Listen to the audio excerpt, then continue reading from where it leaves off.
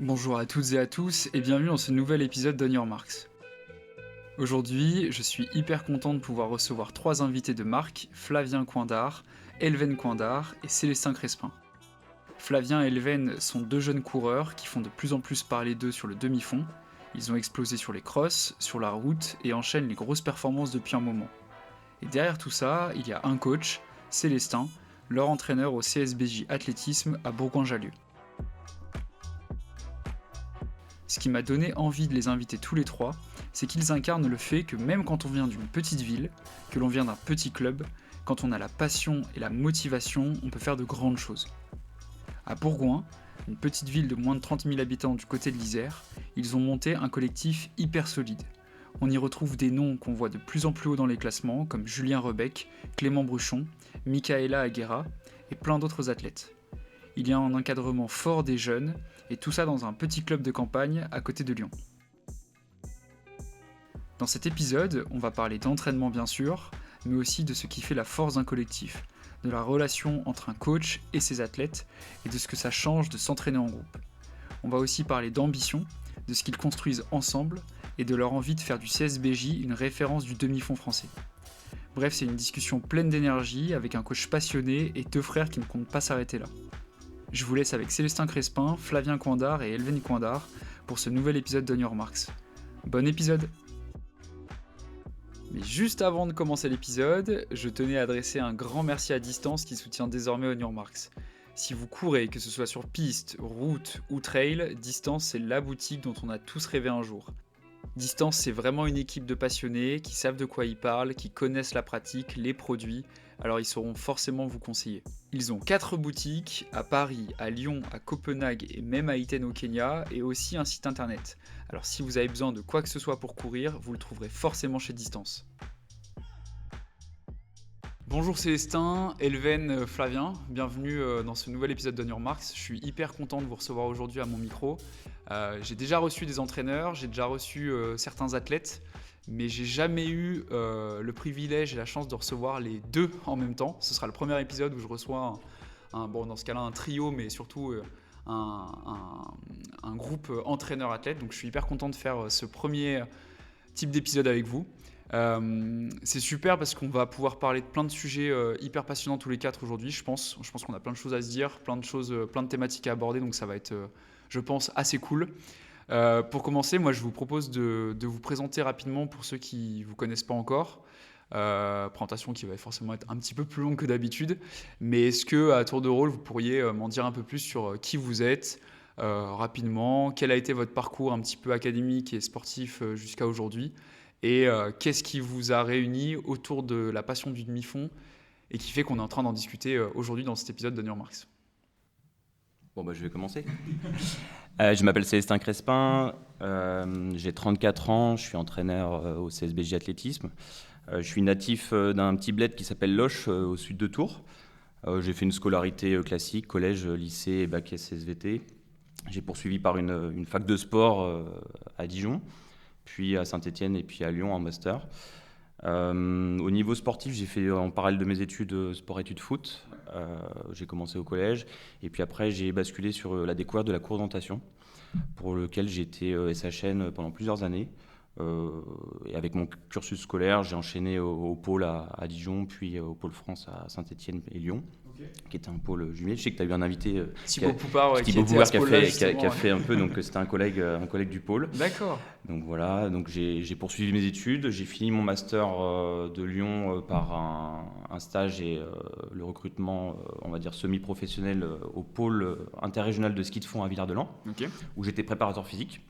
Mais pas à plein temps, je faisais quelques petites heures pour compléter mon entraînement. Ça me permettait d'être sportif de haut niveau et puis un peu entraîneur et mêlé dans le milieu.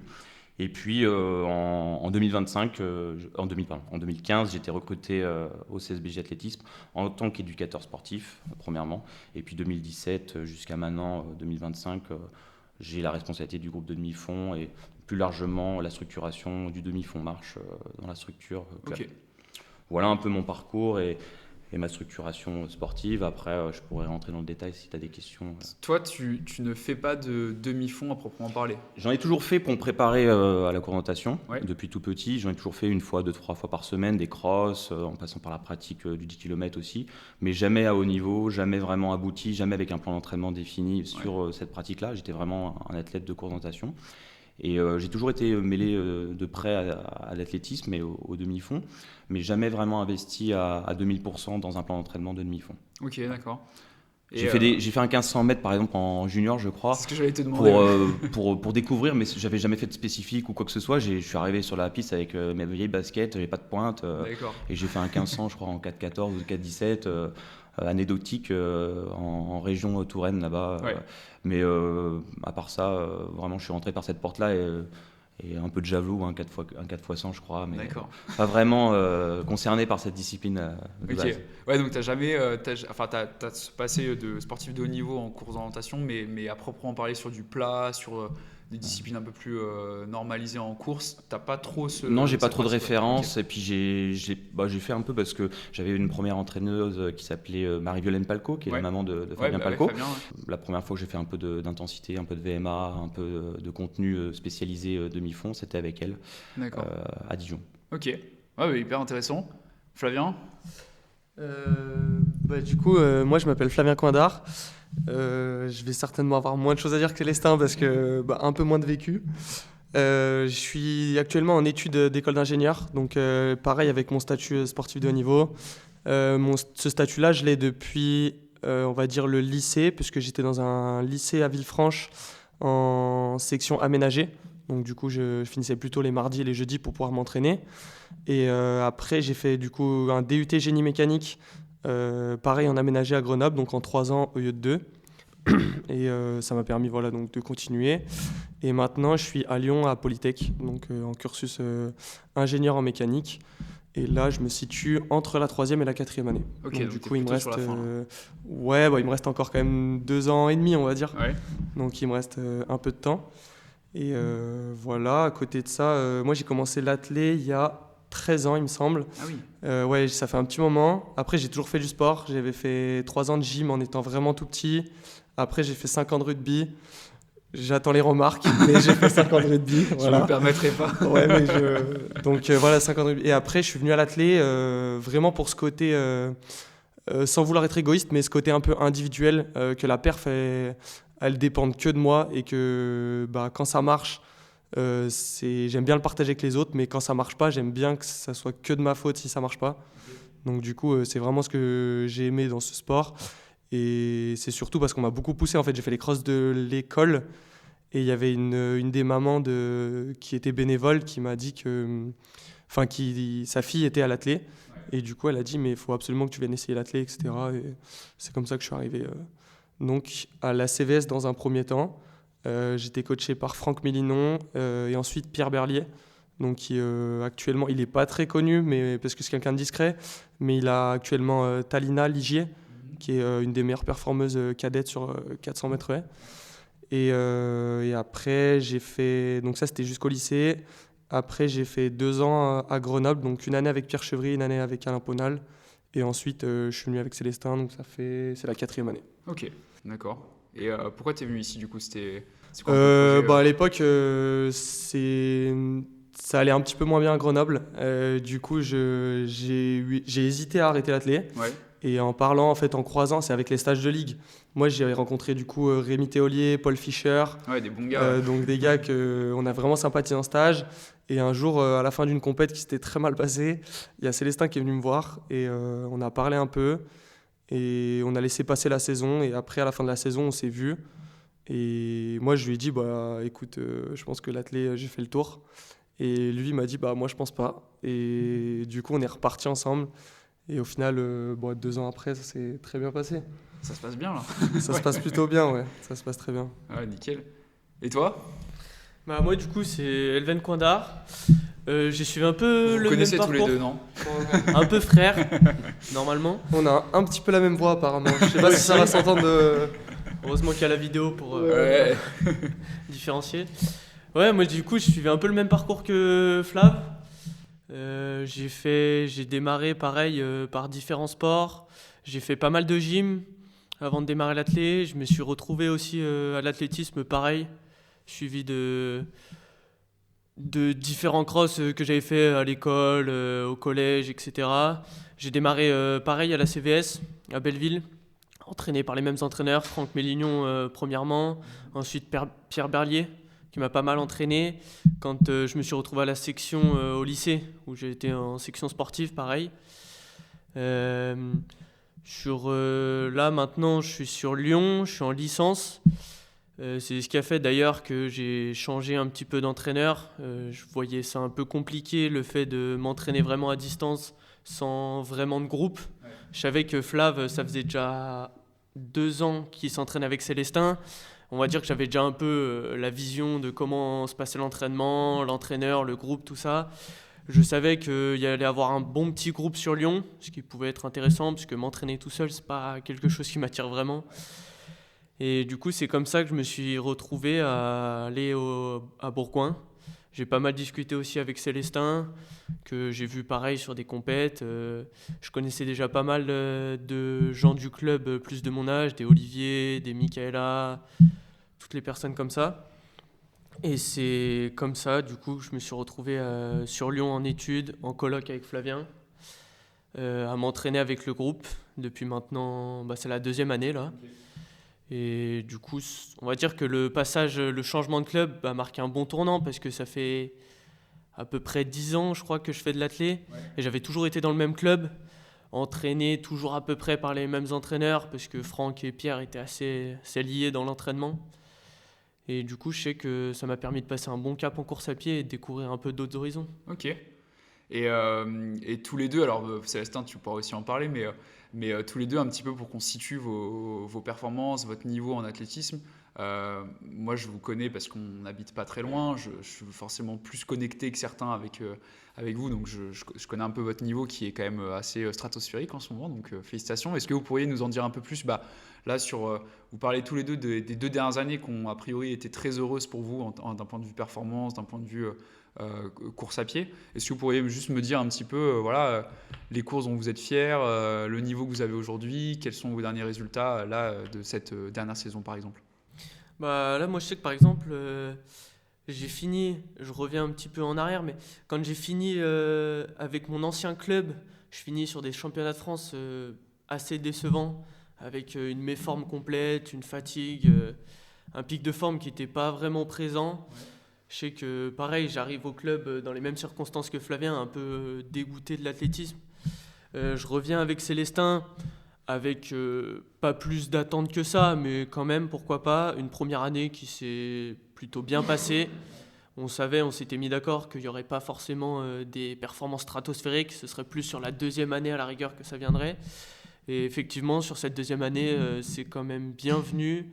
Une performance que je pense un peu passée à travers parce que les gens ne regardent pas trop, mais moi je sais que mon cross de sélection de début d'année, Célestin m'a vraiment super bien préparé. Je pense que je suis sur une de mes meilleures courses que j'ai jamais faites.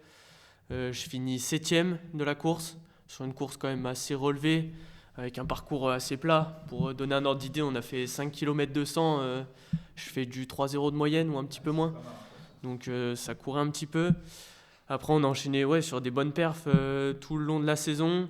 Des championnats de France de cross où je suis passé un petit peu à travers. C'est le jeu de la course à pied. Mais on va dire que ça va, je me suis assez bien repris sur le 10 km de Lille, où j'arrive à faire 29 minutes 48, donc plutôt plaisant. On va dire qu'on a fait une bonne 2e saison, comme ce qui était prévu, et ça m'a permis vraiment d'envisager de meilleurs trucs à l'avenir. Ok. Super, ça, c'est un gros niveau, enfin, surtout vu ton âge. Je sais que le niveau de l'athlétisme, il augmente. Ouais. Oui, pour être cash, c'est vrai que cette performance-là, il y a 10 ans, elle aurait été, t'aurais été l'un des meilleurs. Là, aujourd'hui, c'est un peu plus, il y a plus de niveau et tout, mais à cet âge-là, je trouve que c'est quand même une dinguerie sans nom de faire. Pour donner un ordre d'idée, avec 29-48, je suis un peu plus de 20e au bilan français chez les espoirs. Moi, je trouve ça incroyable. Donc, mais c'est bien, je trouve que ça permet vraiment de tirer le niveau vers le haut. Ouais. Il y en a qui s'en plaindront, mais moi j'aime bien en tout cas. Et toi, Flavien, alors t'en es où un peu niveau perf? Et ben moi, ça a été assez rapide, hein. Après 2 mois d'entraînement avec Célestin. C'était sur la saison, pour ceux qui se rappellent, avec le Covid, où le championnat de France avait été décalé à Montauban. Et du coup, sorti de nulle part, je fais vice-champion régional de cross. Après 2 mois d'entraînement. Et du coup, là, je me suis dit, bon, bah, j'y crois. Enfin, on a toujours un peu des doutes au début, forcément. On ne sait pas trop si ça va passer, etc.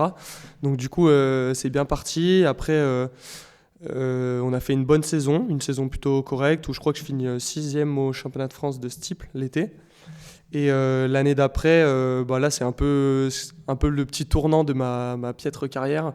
Je vais au championnat de France à Carhaix. Je sais que je suis en forme, je me sens bien. Mais je ne m'attends pas du coup à faire 3e en espoir. Déjà, en fait, avec Célestin, on a, alors je ne sais pas si je peux le dire, mais on a un truc propre au club, c'est qu'on a des projets sportifs. Donc, voilà, pour faire des grandes lignes, en début de saison, ils nous demandent de poser nos objectifs. Donc, court, moyen, long terme. Et moi, en fait, sur ma case long terme, j'avais marqué top 30 aux France de cross, en me disant, bon, on a le temps, je vais prendre le temps avec Célestin. Et je fais 26e au scratch et du coup 3e espoir. Et pendant la course, je ne le sais pas que je suis sur le podium espoir. Ouais.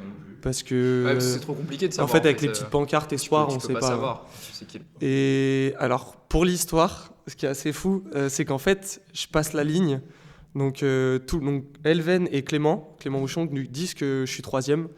Et sauf que je ne reçois pas le petit la petite pancarte. Et ils donnent à un gars derrière. Et en fait, on re-regarde le live, on revient en arrière. Et en fait, on voit que, petit clin d'œil à Moubarik, si jamais tu écoutes le podcast, on est devenus potes du coup dans cette situation-là. Le gars qui fait 4 du coup. Ouais, Qui, du et coup, en fait, fait il lui donne la pancarte à lui. Ok. Et du coup, il s'avère qu'on regarde le live et on se prend. Et on va voir les juges arbitres. Et bon, je pense qu'ils sont. Voilà, les bénévoles, c'est un peu compliqué sur les championnats comme ça.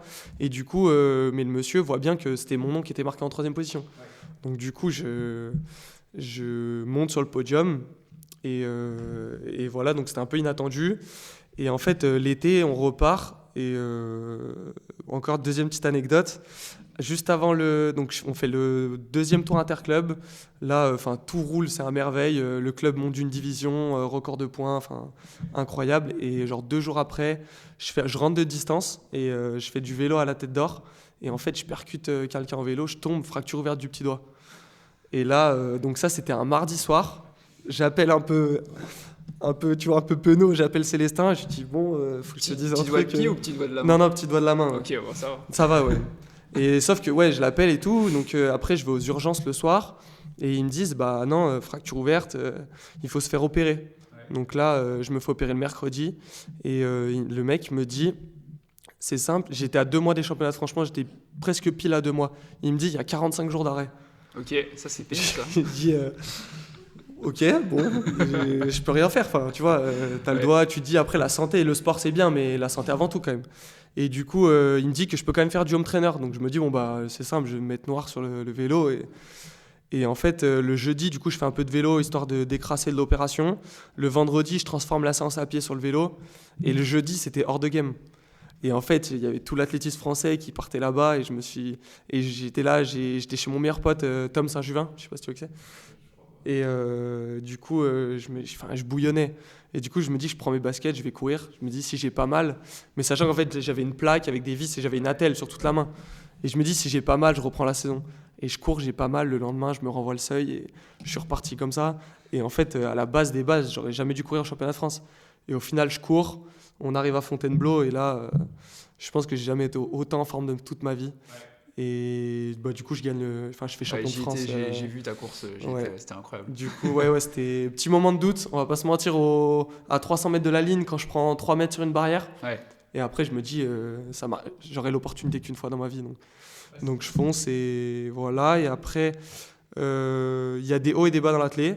Je me dis, allez, je suis sur une lancée de fou. Donc je coupe l'été, je repars et je me dis, je vais aller à la Sélec. Et à la Sélec, là, je prends une énorme claque. Je bâche. Rien. En fait, aux circonstances, on s'était beaucoup entraîné. J'arrive en forme mais fatigué. Je bâche. Et après, je vais retourner à l'entraînement un peu pour me venger. Et là, je prends une deuxième grosse claque. Et je lui dis à Célestin, je lui dis, écoute, là maintenant, en mode, si tu me forces à m'entraîner là dans les jours qui arrivent, je pense que j'arrête l'athlé à vie. Du coup, il me dit, ok, bon bah, Prends ton temps, quoi. Là, je prends mon temps et au final, on retourne aux France. Je fais un France de cross correct. Pas incroyable, mais correct. Et l'été, j'avais fait le choix. On s'était mis en accord. J'étais senior 1. Je voulais pas me retuer sur steeple. Je t'ai dit, je vais certainement pas me qualifier aux élites. Je savais pas où j'allais. Et du coup, avec distance, j'avais l'opportunité de faire plusieurs événements. Et du coup, ça a été un choix. On a fait ça. Donc, je suis parti en Grèce, à Milan. Je suis parti voir mon meilleur pote aux US. Ouais. Donc du coup, voilà, c'est vrai que pour certains, ça a été un peu incompréhensible que après avoir été champion de France, la saison d'après, je fasse rien. Mais nous, c'était un accord avec Célestin, c'était vu. Et voilà, c'est vrai que bon, y a des gens qui parlent des fois sans savoir, mais En mode le mec se c'était- disperse, quoi. Mais Ouais. Et du coup, non, c'était bien. Et cette année, bon, bah voilà, ça repart. c'est bien reparti, ouais. C'est bien reparti, ouais. Puis avec l'arrivée de Julien, ça fait du bien. Ça fait du bien Ouais, aussi. ça, on va avoir le temps d'en parler, ouais. De casser un peu la routine, même si on s'entraîne pas ensemble, mais un gros France de cross, 9e au scratch et Ça, c'est 7e une français. dinguerie, ouais. C'est quand même pas rien. Et ouais, quand tu te fais doubler à 1,5 kg de la ligne par Bedrani, Ouais. tu dis, attends, c'est quelqu'un quand même, tu vois. Et après, bah, là, on verra. Après, Lille, enchaîner sur Lille. Et Lille, bah, l'objectif, c'était vraiment faire moins de 29. Ouais. Et 28,51. Au bout C'est du carré. bout, par contre. Hein. Ouais. Je vais pas vous mentir. Je pense que j'ai vu des étoiles derrière la ligne droite. Mais Il est long le dernier boulevard. ouais, il était long. L'arche, elle devrait s'agrandir. Elle devenait de plus en plus petite. Bizarre, mais. Ouais, Non, c'est franchement, toujours compliqué. une saison de fou et après, une bonne coupure. Ouais, Et là, donc c'est coupure, reparti. coupure tous les deux et la piste après là qui arrive pour tous les trois du coup. Ouais, quand même. Non, bah écoutez, super cool. Merci d'être un peu revenu sur bah, vos différents parcours, sur pourquoi est-ce que vous avez commencé l'athlé, aussi bah, ce que vous faites en athlétisme, parce que c'est toujours, je pense que c'est pas une condition nécessaire d'être bon en athlétisme pour parler, pour être passionné, tout ça, mais c'est toujours sympa de voir aussi qu'il y a des gens qui consacrent leur vie à l'entraînement, dans la compétition et qui ont des résultats, donc ça c'est toujours cool aussi. Dans cet épisode, on va parler, je pense, de 3 gros sujets. Le premier sujet, c'est revenir un peu sur votre club, le CSBJ, revenir un peu sur le collectif que vous êtes en train de créer, de ce qui se passe chez vous, parce que alors ça peut paraître anecdotique, ça peut paraître, je pense que pas mal d'auditeurs pourraient se dire oui, mais chez moi aussi ça se passe comme ça, et je prends le CSBJ comme étant un exemple de ce qu'on peut faire en athlétisme avec un club. Le CSBJ, c'est donc votre club à Bourgoin-Jallieu qui connaît une phase ascendante hyper intéressante, à la fois d'un point de vue performance, d'un point de vue humain, d'un point de vue structuration. Il y a plein de choses en fait à dire là-dessus. Moi, je vous ai proposé de faire cet épisode parce que bah, vous êtes un peu les figures de ce club. Il y a plein d'autres gens aussi, mais c'était intéressant de le faire avec vous. Donc, on va parler un petit peu du CSBJ, de comment est-ce qu'un club d'une petite ville, peut réussir à faire des belles choses et comment est-ce que ça peut inspirer aussi d'autres gens qui pourraient nous écouter à faire la même chose. Ensuite, on va parler un petit peu plus de l'entraînement. Bah, vous avez un groupe qui est quand même assez stratosphérique. Et puis, ce qui est aussi intéressant, c'est que vous devenez fort. Vous ne l'avez pas forcément été tout le temps. Et donc, il y a du mérite aussi avec Célestin, avec ce que vous mettez en place. Donc, on va parler un peu de l'entraînement. Et dans la dernière partie, on va essayer un petit peu de parler de vos objectifs, de comment est-ce qu'ensemble, comment est-ce que votre groupe, qu'est-ce qu'il peut viser, qu'est-ce qu'on peut essayer d'atteindre quand on a une structure comme la vôtre. Donc on va commencer par parler du CSBJ. Donc depuis quelques mois, on observe que le club de Bourgoin, il monte de plus en plus, surtout sur le plan du demi-fond. Vous formez un groupe qui est soudé, qui brille au niveau national. On commence à vous connaître, on commence à connaître aussi d'autres athlètes qui malheureusement n'ont pas pu participer aujourd'hui. Moi je pense notamment à des athlètes comme vous deux, Julien Rebec qui vient d'arriver, qui vient de signer à BJ, Clément Brouchon, et il y en a encore plein d'autres, Rémi Théolier, des gens comme ça. Alors pour rappel, Bourgoin, c'est une toute petite ville de l'Isère. J'ai fait une bêtise dans ma préparation, j'avais dit qu'il y avait 50 000 habitants, mais c'est pire que ça, il n'y en a que 29 000. Donc c'est encore plus petit que ce que je pensais. Donc c'est une toute petite ville, et concrètement, on n'est pas sur un Paris, on n'est pas sur un Lyon, on n'est pas du tout sur une grosse métropole. Alors on n'est pas très loin de Lyon, mais bon, il y a quand même un peu de route, donc on peut dire que vous êtes vraiment un club de petite ville. Comment est-ce que ça s'est créé, cette dynamique de réussir à faire un club qui monte autant, à fédérer autant de gens autour de l'athlétisme? Ça a été quoi un peu le projet du groupe de demi-fond de Bourgoin-Jallieu? Je vais répondre. Ouais. La première chose, tu as bien ciblé, c'est le club. On a la chance d'être affilié à la Fédération française d'athlétisme et je pense que nous, c'est la force du territoire. À l'origine, on a quand même un club qui est formateur. Il y a quand même eu Mélina Robert-Michon qui en est sortie de ce club en lancé. Donc on n'est pas qu'un club de demi-fond, on est aussi un club très structuré sur les interclubs. Pourquoi ça marche Pourquoi ça marche? Il y a deux gros paramètres. Le premier, c'est la structuration, la professionnalisation. Moi, j'étais recruté en tant que professionnel. Donc les dirigeants, ils ont compris il y a quelques années qu'en se structurant pas qu'avec des bénévoles, mais avec des professionnels, ça apportait un équilibre assez sympa dans le développement. Ça, c'est la première chose. La deuxième chose, c'est un club, si on ne se bouge pas, si on n'est pas proactif sur les jeunes, on ne sera jamais excellent ou bon aux interclubs dans la dynamique. Et donc, on a un club qui forme beaucoup de jeunes, mais aussi, grâce à ces jeunes qui ont poussé, qui ont évolué, on a recruté, on a attiré d'autres personnes. Donc ça, c'est un peu la base de comment ça s'est passé. Et on a un club qui a beaucoup évolué financièrement aussi. On a un modèle économique qui est assez pérenne et on est assez serein sur ce côté-là. Donc, en ayant des dirigeants qui sont très ouverts sur la manière de gérer une entreprise plus qu'une association, c'est comme ça que le club s'est construit et que notre groupe de demi-fond fonctionne aussi, quoi. Quand tu dis je pose la question parce que il y a beaucoup de gens qui écoutent des podcasts de running mais qui ne sont pas du tout dans le monde de l'athlétisme pur avec des clubs et tout ça. Les clubs, il y en a plein qui sont très gros, c'est des grosses machines financières, des trucs comme ça. Il y a des clubs qui sont un peu tout petits, qui se cassent la gueule, qui ont du mal à joindre les deux bouts. Quand tu dis on a un modèle économique périn, c'est quoi? C'est que vous avez des entreprises qui vous financent, vous payez? Non, c'est qu'on a la chance d'avoir des salariés qui travaillent pour faire un beau modèle sportif, c'est-à-dire sur le côté structuration des entraînements, structuration des compétitions, l'accompagnement en compétition. On a aussi beaucoup de bénévoles qui s'investissent sur des événements. J'ai donné un exemple, le Berja Trail, qui est un événement club, les meetings qu'on organise, qui rapportent aussi un peu d'économie par ces organisations. Et puis, on a aussi une vitrine qui est quand même sympathique au niveau sportif, qui attire aussi les collectivités à nous soutenir, à nous aider dans le développement. On a construit une salle de musculation quand même qui est assez exceptionnelle, que tu as vu en arrivant. Ça nous permet aussi d'augmenter notre pouvoir matériel, en plus du stade, en plus des infrastructures. On a un palais des sports aussi. Donc, c'est avec du tartan en salle, c'est quand même un petit bijou aussi qu'on a à Bourgoin-Jallieu, avec un sautoir à la perche et un sautoir en longueur. Donc il n'y a pas que le demi-fond, il y a aussi tout ce côté on a un terrain annexe de lancer aussi. Voilà, on a tous ces à côté qui nous permettent d'avoir une dynamique globale. Pas que le demi-fond. Il y a le demi-fond qui marche bien, il y a le sprint aussi qui marche très bien, sprint haie. Donc voilà.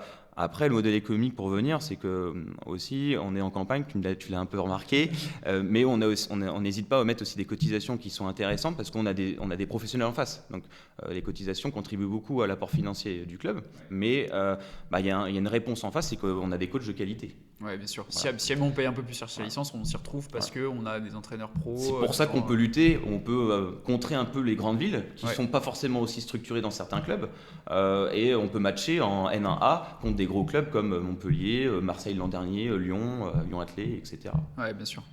Et alors, là, on raisonne très club. Vous avez un groupe de demi-fond, donc je cible un peu plus là-dessus. Qu'est-ce que ça vous change pour vous de tous vous entraîner ensemble par rapport à un entraînement individuel? Parce que je sais que vous avez, on en a parlé un petit peu en off avant l'épisode, mais vous vivez à Lyon, Bourgoin c'est ici, il y a des gens qui ont peut-être d'autres études, peut-être qui bossent, tout ça. Comment est-ce qu'en fait vous vous organisez? C'est quoi un peu la structure que vous avez choisie? Comment est-ce que vous passez du temps ensemble et vous vous entraînez ensemble? Bon, je me permets.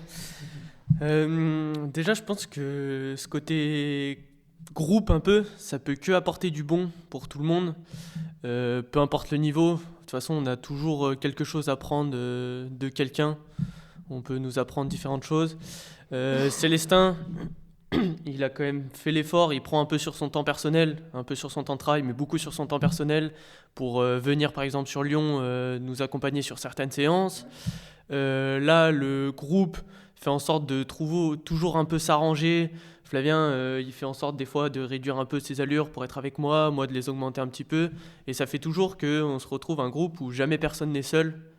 Ça permet aussi de justement créer ce groupe et éviter les changements de club, qui est quand même une problématique de pas mal de campagnes, de petites villes ou autres qui n'ont pas de centre universitaire. Et après aussi, nous, on fait notre part dans le sens où Célestin, des fois, il nous demande de faire le déplacement jusqu'à Bourgoin pour certaines séances. Et là, nous, on le fait. Parce qu'une grande partie du groupe reste quand même à Bourgoin-Jallieu. c'est quand même un club de petite ville, comme tu l'as dit juste avant.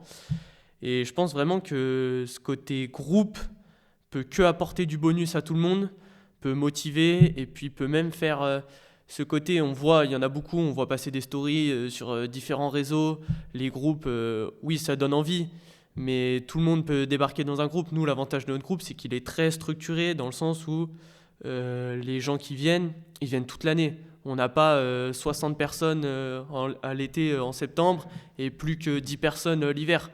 Nous, c'est que ça tourne, on est une dizaine, quinzaine à peu près sur Lyon.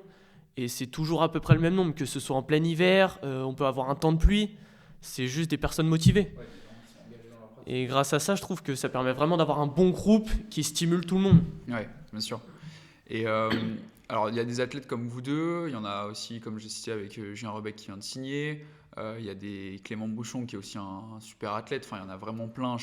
Malheureusement, je ne vais pas faire la liste de tous les athlètes qu'il y a dans votre club, mais à votre niveau, en fait, typiquement, ce qu'on observe généralement, c'est qu'en fait, des athlètes qui franchissent des paliers comme vous venez de le faire, ils viennent de petits clubs, ils viennent de leur campagne, de leur village et tout, et en fait, ils se font démarcher par des plus gros clubs qui ont peut-être plus de moyens, plus de propositions alléchantes, on va dire, plus de possibilités d'accompagnement, de support et tout.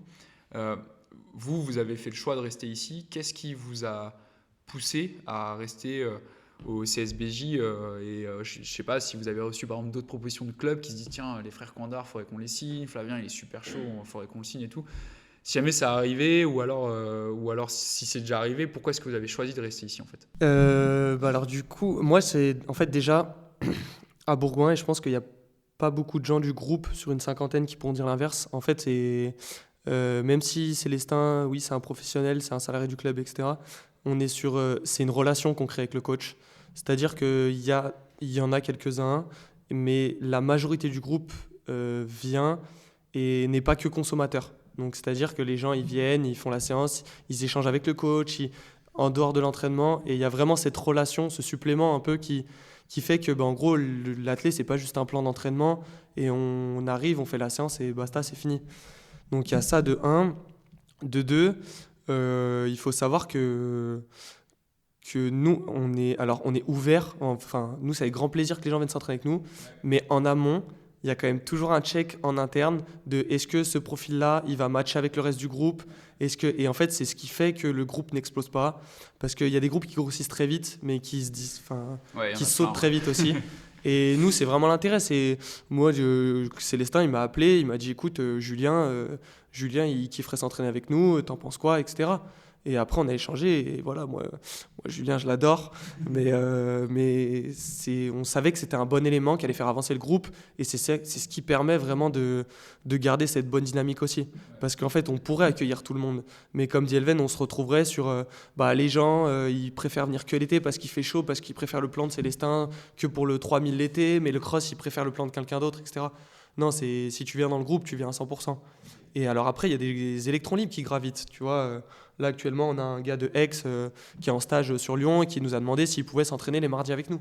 Avec grand plaisir. Enfin, il y a aucun problème, tu vois. On lui partage la séance, il vient, il fait la séance avec nous. Mais l'idée, c'est aussi qu'il y ait quand même un peu tout le monde qui match dans le groupe pour que ça reste pérenne. Et au-delà de ça, moi, je pense qu'il y a vraiment une relation avec le coach plus que juste entraîneur-athlète. Et c'est ça pour vous qui compte, c'est qu'en fait, aujourd'hui, dans ce club, vous avez tout ce qu'il vous faut pour vous sentir performant, pour être bien, et qu'il n'y a pas besoin en fait, d'aller chercher ailleurs ou des choses comme ça. Moi, je pense pas. En fait, il y a des gens qui, tu vois, il suffit d'être deux, comme disait Elven. Je pense que déjà à deux, tu vas plus loin. Et comme disait, des fois, il suffit de réduire de 5% mes allures, lui de l'augmenter de 5% et on se retrouve ensemble. C'est un peu plus dur pour lui. Ouais, mais tu vois, en fait, on avance comme ça et on a passé l'hiver comme ça. Et au final, moi, j'ai passé un cap et il a passé un cap aussi. Donc ça montre que ça n'empêche pas. Et après, oui, il y a des gens qui pourraient dire que, au final, il nous manque peut-être du très haut niveau. Mais regarde, nous, on a la chance de s'entraîner avec Bérénice Fulchiron. En fait, oui, certes, elle a fait plusieurs années un peu plus loin des pistes, des blessures. Il y a peut-être des gens qui l'ont un peu oublié, mais Bérénice, c'est 4, 6 au 1500, tu vois. Et c'est monstrueux. Et au final, et même sans ça, en fait, c'est là où moi, personnellement, et je pense qu'il y a des gens qui s'inspirent, on tire énormément de l'expérience que Célestin il a eu en course d'orientation. Tu vois, quand tu fais 15 ans en équipe de France de course d'orientation... Non, 9 ans. Tu m'as dit 15 ans. Ok, 9 ans, pardon. 9, non, mais quand tu fallait une dizaine d'années, on va dire, dans le top niveau, que tu as fait des championnats d'Europe, des championnats du monde. En fait, oui, certes, c'est pas de la course à pied, mais au final, des grands championnats, c'est plus des émotions que... Ouais, bien sûr, quand on voit les directeurs techniques de certaines équipes, je dis une bêtise, mais de vélo, ils n'ont pas forcément tous fait du vélo, ils étaient directeurs techniques d'autres sports, Ouais. des trucs comme ça. Donc, Mais c'est plutôt de la gestion des émotions, toutes ces choses-là. Enfin, tu vois, la première fois que Célestin il m'a fait un... Et je sais que moi, dans tous les clubs où j'ai eu avant, on me l'a jamais fait. Hein. Mais la première fois que Célestin il m'a fait un petit pitch, un petit speech, genre avant la course, genre il m'a fait ça la veille, je pense que j'ai cru que je m'endormais pas. Enfin, et tu vois, c'est des le trucs Marc bêtes, Madio, mais la relation, elle passe par ça, tu vois. C'est-à-dire que c'est pas juste ah bah les gars, je vous emmène au championnat, je vous conduis le minibus et ah bah je vous ai préparé, croyez en mon plan et courez, tu vois. C'est voilà, derrière il t'accompagne jusqu'au bout et il te lâche pas en mode allez bon on est à Chaland, maintenant moi j'ai fait mes 8 heures de minibus, je vous récupère dimanche soir et débrouillez-vous. ouais, bien sûr. Et du coup il y a vraiment toute cette notion. Et qu'est-ce qui fait, donc pour revenir à la question qu'est-ce qui fait qu'on est resté à Bourgoin et pas ailleurs, c'est qu'il a cette faculté à donner confiance alors il y a plein de gens qui savent le faire, hein, certes, mais en mode moi c'est ce qui m'avait un petit peu manqué pour quand j'ai failli arrêter l'athlé. Et au final moi je le vois sur tout le monde, tous les exemples. Tu vois, quand l'exemple c'est Béré, en fait Bérénice elle vient, elle fait 2 mois 3 mois avec toi, elle passe de 4-11 à 4-6. Tu sais qu'à ce niveau là c'est pas juste en 3 mois d'entraînement, tu sais qu'il y a un truc en plus, tu vois. Et il y a plein de gens, il y a plein d'exemples comme ça. Regarde Julien, ça allait bien, mais au final là il fait comme une énorme saison. Et parce que c'est pas que de l'entraînement. Oui, il y a de l'entraînement. Mais l'entraînement, si tu y crois aussi, ça change. Tu peux avoir l'entraînement de n'importe qui, si tu y crois pas, ça marchera pas. Ouais, puis moi je voulais rajouter aussi, c'est que en fait je suis pas parti de base avec du haut niveau ou du niveau national, c'est que moi j'ai construit les étapes aussi. Je suis un coach qui était jeune en 2015 quand j'ai commencé. En 2017 j'ai commencé avec des benjamins minimes. Le meilleur exemple c'est Michaela Aguera. Michaela, j'ai détecté sur un 1000 mètres une ESS sur un mercredi après-midi, elle était benjamine. De tête, elle devait faire 3,45 au 1000. Et de là, on l'a formée, on a poli le diamant, si je peux me permettre cette expression. Et en fait, à la base, je suis un coach qui est formateur de minimes et de cadets. Et puis, tous ces cadets, ces minimes, ils ont évolué dans le temps, ils ont grandi. Je pense à Rémi Théolier. Et tous ces jeunes-là, ils sont restés au club en espoir, en senior. Et en fait, c'est devenu des athlètes qui sont devenus des cadres du groupe. Et après, c'est pour ça que des Flaviens, des Elven ont rejoint le groupe. Et on continue, en fait. Et on vient amorcer, on continue d'amorcer cette pompe en formant des jeunes. Et puis, on gonfle. Et puis, heureusement que les gens continuent. Moi, je rêvais d'avoir des athlètes de niveau régional et national. Maintenant, c'est le cas. Puis, on espère rêver plus. Ouais. On ne s'arrête jamais. C'est le principe un peu de l'athlé et de voir toujours un peu plus loin, quoi. Ah, mais c'est cool. J'ai une question peut-être un peu plus spécifique pour toi. Il y a quand même aujourd'hui la taille des clubs, le fonctionnement des clubs aussi, on va pas se mentir, l'attrait qu'il y a autour de l'athlétisme, financier, les collectivités. On n'est pas du foot en fait. Clairement, on n'est pas du foot, on n'est pas du rugby, on n'est pas du tennis. Moi, je viens d'un club qui est beaucoup plus petit, un peu plus modeste que le vôtre.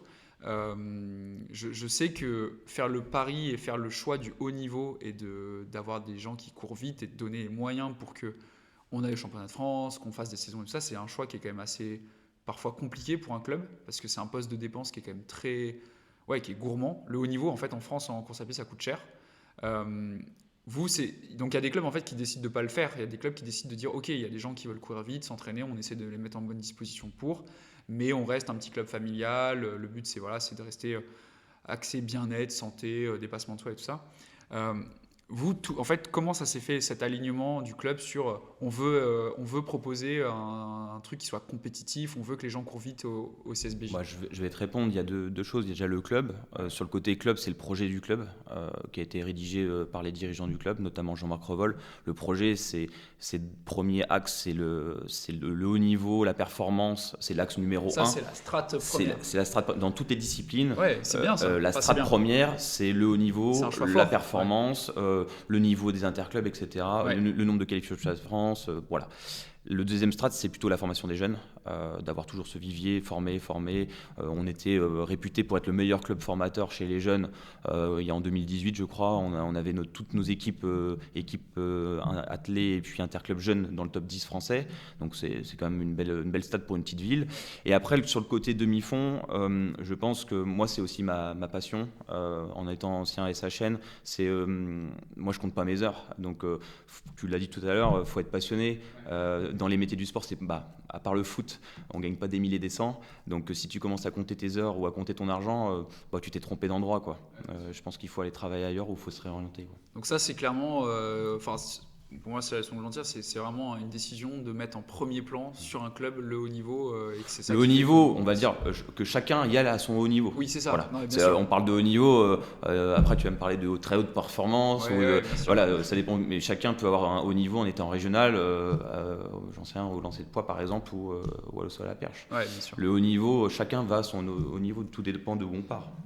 Pour revenir un peu aussi sur votre croissance, le fait qu'on entend de plus en plus parler de votre club en bien et sur ce que ça apporte à l'athlétisme, moi il y a un truc qui m'a vraiment impressionné, c'est qu'on est deux clubs alors à peu près de la même taille mais à 100 km d'écart.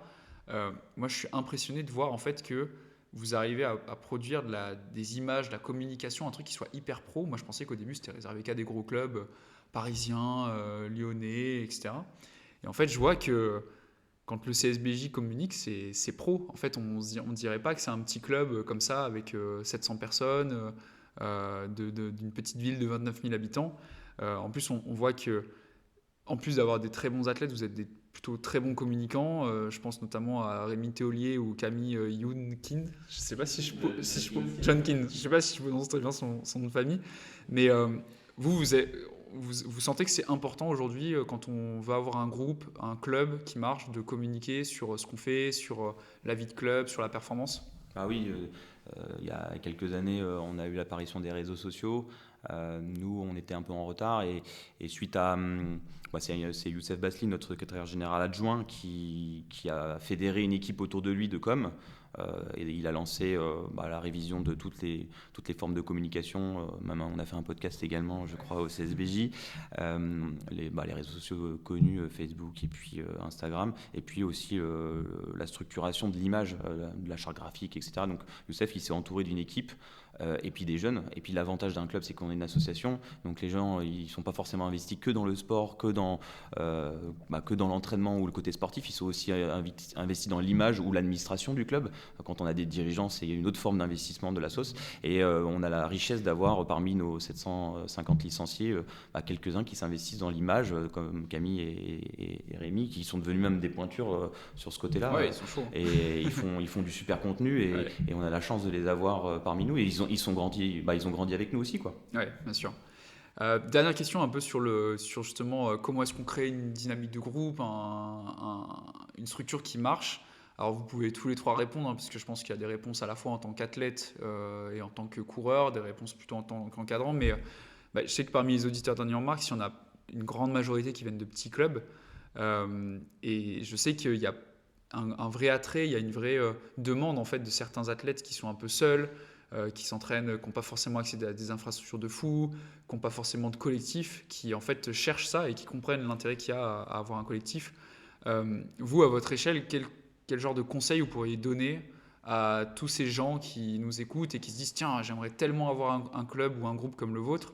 Alors, ils n'ont pas forcément les infrastructures, mais vous, en tant qu'athlète, en tant qu'entraîneur et encadrant, c'est quoi les petites billes que vous pourriez donner à ces gens-là qui auraient envie de mettre une dynamique un peu pareille dans leur patelin, dans leur région, dans leur lycée, j'en sais rien, moi, dans leur groupe de potes ? Moi, je pense que des fois, un groupe, une structure, c'est pas forcément avoir un lieu précis. Je m'explique un petit peu, dans le sens où, par exemple, là, nous, cet hiver, je donne un ou deux exemples sans trop détailler, mais ça nous arrivait de faire des séances sur la piste de l'INSA, la Cendrée, pour ceux qui connaissent un peu, vraiment inondée. Un coach qui s'est vraiment bien adapté, on s'est retrouvé à faire une séance couloir 8, donc des 1200 mètres qui se transformaient en des 1250, 1300 mètres. Et pour autant, on a gardé ce truc de groupe et c'est comme si on avait un peu une structure autour de nous. C'est que tout le monde était motivé Et la séance d'après, tout le monde est quand même revenu. Alors que ça aurait pu en démotiver certains, se dire ouais, bien sympa, mais se manger de la boue, faire une séance qui est censée être sur piste, il y en a qui se la mettent sur tartan, c'est simple. Nous, on n'est pas sur tartan. Et pour autant, je pense que savoir un peu s'adapter avec son lieu d'entraînement, les gens qu'il y a autour, ça peut des fois amener ce côté groupe, structure, club que tu n'as pas forcément. Et ouais, quand il n'y a pas forcément possibilité d'avoir accès à une piste en tartan parce que, je sais pas, elle est réglementée, ça tombe sur des horaires de club ou autre, faut savoir s'adapter. Nous, on a de la chance qu'on a un entraîneur qui s'adapte vraiment, vraiment bien. Mais dans le groupe, on arrive aussi à s'adapter un petit peu, on s'entraîne à différents endroits. Nous, franchement, c'est très, très rare qu'on s'entraîne sur une vraie piste en tartan, sauf quand on vient à Bourgoin. Mais souvent, nous, c'est sur les quais, c'est au parc, c'est sur une cendrée. Là, tous les trucs que je cite, c'est des gens, ils vont se dire, ouais, mais c'est ce que fait un coureur amateur. Et pour autant, oui, on est d'accord qu'on n'a pas non plus un niveau international. Mais je pense que quand on a un Flavien qui est capable de faire des moins de 29 minutes aux 10 km, un Julien qui est venu s'entraîner une ou deux fois avec nous, qui est venu sur de la cendrée et qui a vraiment adoré ça, tu te dis, en fait, au final, c'est pas un facteur limitant dans la performance. C'est ça. C'est que si tu arrives à t'entourer d'un bon groupe, le lieu, c'est un peu secondaire au final. Ça vient ou ça vient pas, peu importe. C'est vraiment sur le côté être adaptable, tu vois. Et moi, c'est ma vision de l'entraînement et même c'est ma vision d'un bon coach. Pour moi, c'est pas juste un mec qui fait sa trame et en fait, tu respectes la séance à la lettre et un tel jour, tu dis, je peux pas avoir accès à une piste. Et tout le monde est bloqué. C'est vraiment ce fait-là. Et du coup, on est là, le jour où c'est boueux, ouais, Célestin, il dit, vous entraînez 5% moins vite. Oui, on court couloir 8, mais c'est pas grave. Et comme dit Elven, ça n'empêche pas la perf. Mais au final, en fait, si tout le monde est conscient avec ça et si le coach s'adapte, c'est sûr que s'il nous disait non, mais les gars, bout ou pas bout, vous faites les mêmes chronos, vous débrouillez, oui, là, on serait saoulé parce qu'en fait, tu fais une mauvaise séance et t'es pas content. Mais je pense que c'est un facteur vraiment important. Et ouais, t'as pas besoin de... Alors, un stade, c'est bien, hein, mais des fois, il vaut mieux être deux dans un groupe, dans un bois et faire une VMA dans un bois, je te dis n'importe quoi, que absolument être tout seul sur ton tartan, quoi. Ouais, donc en fait, si jamais je vous disais, là, vous reprenez votre groupe et je vous lâche dans la Creuse et vous me faites la même saison, en fait, ce qui prime, c'est l'adaptabilité, la volonté, le fait de ne pas s'arrêter à ce qu'on n'a pas et de se concentrer sur ce qu'on a. Ouais, moi je vais peut-être ajouter mon petit mot. C'est, moi, comme je te l'ai dit au début, je viens d'un bled qui s'appelle Loche. Ouais. C'est perdu. La piste, elle fait 398 mètres parce qu'elle est poncée, la cendrée. Il n'y a plus d'herbe à la corde à force de courir autour. Et je pense que, en fait, je trouve que c'est un des meilleurs spots d'entraînement qu'on puisse avoir parce que la cendrée, ça t'apporte quand même beaucoup moins de charge au niveau de l'appui. Quand tu es en campagne, tu peux vite avoir des chemins sans véhicule, sans circulation, libre d'accès, où tu peux faire tes seuils, tes séances un peu hors stade, on va dire, en nature aussi, quand tu as besoin de faire un peu des orientations cross ou trail, pour ceux qui font du trail. Et je pense qu'en fait, ce qu'il faut, c'est juste savoir où tu situes ton projet quand tu es athlète ou quand tu es coach. Qu'est-ce que tu veux faire et qu'est-ce que tu mets en place pour le faire. Et c'est là où Flav a lancé la perche au début de podcast, c'était le projet de chaque athlète. Qu'en est-il ? Si tu veux être champion olympique ou si tu veux gagner le cross ou la course du coin. Et en fonction de ça, je pense qu'il faut s'adapter et mettre en face de ton projet ce qu'il y a vraiment besoin, quoi. Ouais, bien sûr. Les besoins, les moyens financiers ou structurels ou humains. Voilà. Okay. Non, mais c'est intéressant parce que ça, j'aimerais bien faire un épisode sur des clubs qui sont... Voilà, je vous vanne un peu depuis le début en disant que Bourgoin, c'est une petite ville, mais c'est pas le trou du cul du monde non plus. Mais j'aimerais bien faire un épisode un jour sur des clubs, par exemple en montagne, où en fait, ils n'ont pas de piste, ils n'ont rien, ils sont 50 habitants. Ou alors des clubs vraiment au fin fond de la campagne, où pareil, à part une vache, il n'y a rien à voir, il n'y a rien à faire. Pour voir un peu comment est-ce que des gens comme ça, ils se débrouillent, ils mettent un peu de bonne volonté pour réussir à... je sais pas, les JO c'est peut-être compliqué, mais en tout cas faire des progressions en course à pied, ce serait intéressant de faire un truc comme ça. Maintenant, j'aimerais bien qu'on parle un peu plus de l'entraînement, de la performance, de comment ça fonctionne avec toi, Célestin. Évidemment, c'est un peu plus ta partie, mais les deux frérots, je vous invite vraiment à partager un peu ce que vous avez aussi en tête, parce que vous êtes les cobayes, on va dire. Non, plus concrètement, Célestin, en fait, moi là, je suis en train de faire une série. Alors, c'est pas vraiment une série, mais je m'intéresse aussi aux entraîneurs parce que je trouve qu'on a peu de support culturel et de témoignages d'entraîneurs en athlétisme. Il y a quelques intérieurs sports qui se baladent, il y a quelques vidéos un peu des reportages du TRC, des trucs comme ça qui commencent à arriver et c'est super. Et je trouve qu'on n'a pas assez capitalisé sur le témoignage des entraîneurs. On voit beaucoup le fruit de ces résultats avec les athlètes, mais souvent c'est intéressant aussi de combiner athlète et entraîneur. Et donc je profite de vous rencontrer tous les trois pour en parler. Célestin, est-ce que tu pourrais nous décrire un peu qu'est-ce que c'est ta philosophie d'entraînement? Comment est-ce que tu raisonnes? À quoi ressemble en fait l'entraînement que tu proposes à tous tes athlètes? Quand j'ai commencé à entraîner en 2015, j'ai arrêté ma carrière de haut niveau en course de natation et j'avais une petite frustration sur le côté de ne pas avoir exploité moi mes conditions physiques, ma condition physique générale, d'avoir trop travaillé la technique en course de natation et d'être passé à côté de quelque chose. Et donc je me suis dit, si je transmets des choses ou de mon expérience, c'est ça que je veux transmettre à mes athlètes ou aux athlètes que j'entraîne, c'est d'abord de leur construire une condition physique globale assez avancée et de cibler l'entraînement sur la physio, la condition physique générale avant l'aspect technique et l'efficience de course. Voilà, si je peux résumer comme ça, l'efficience de course, tout ce qui est travail de foulée, etc. Donc je suis parti de ce postulat-là. Et le deuxième aussi, c'était de casser la monotonie, de donner un plan d'entraînement qui donne plus envie de le faire aux athlètes et qui donne envie de le faire faire et que les athlètes prennent du plaisir à le exécuter. Voilà.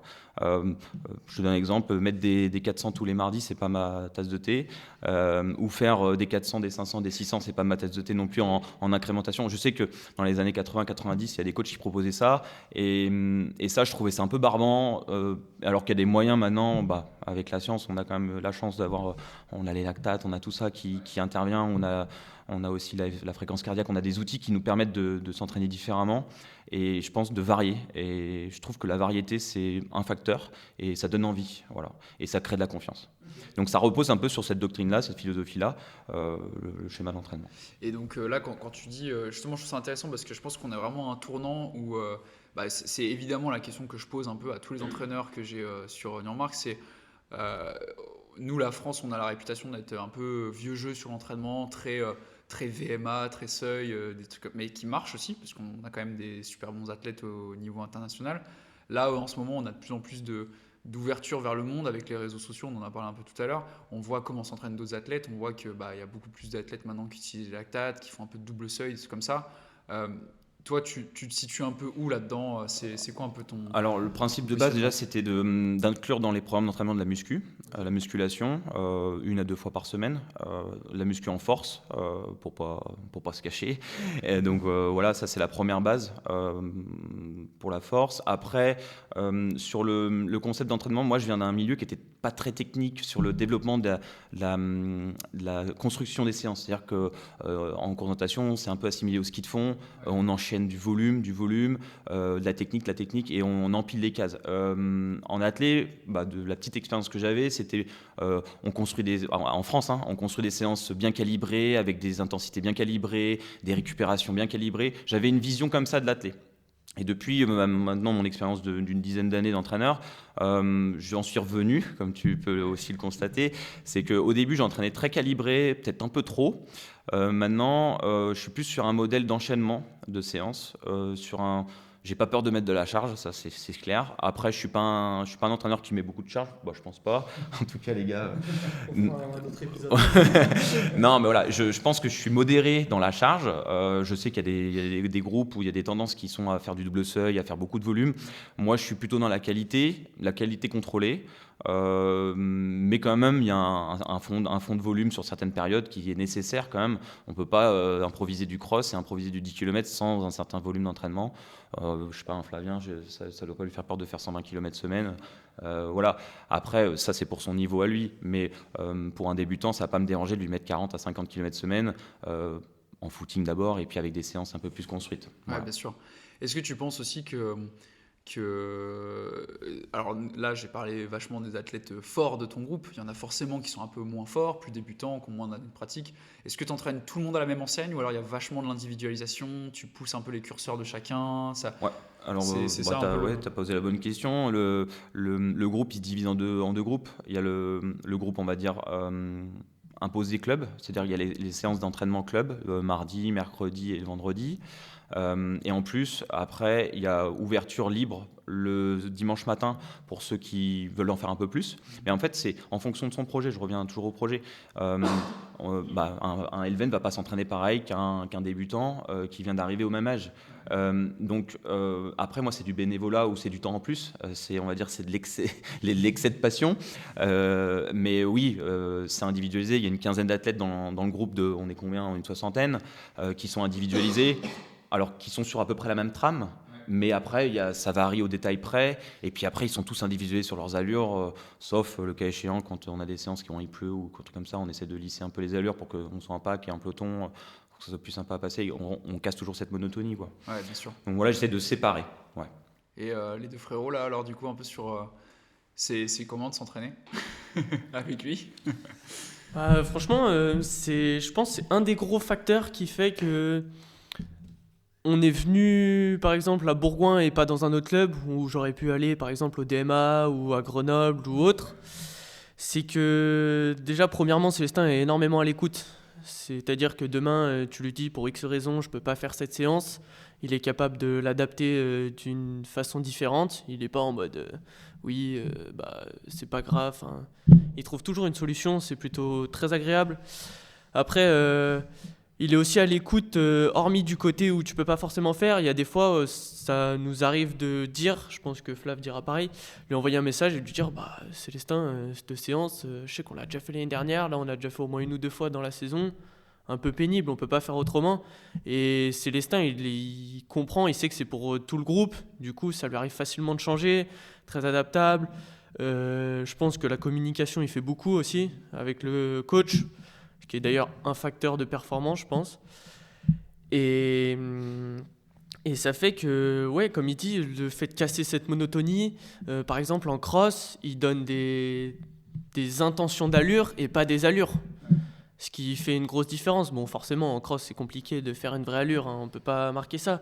Mais ce qui fait que tu as une intention d'allure, c'est dire que le jour où tu es moins bien, tu as quand même l'intention qui est là. Sur piste, c'est plus ça. Sur route, c'est différent.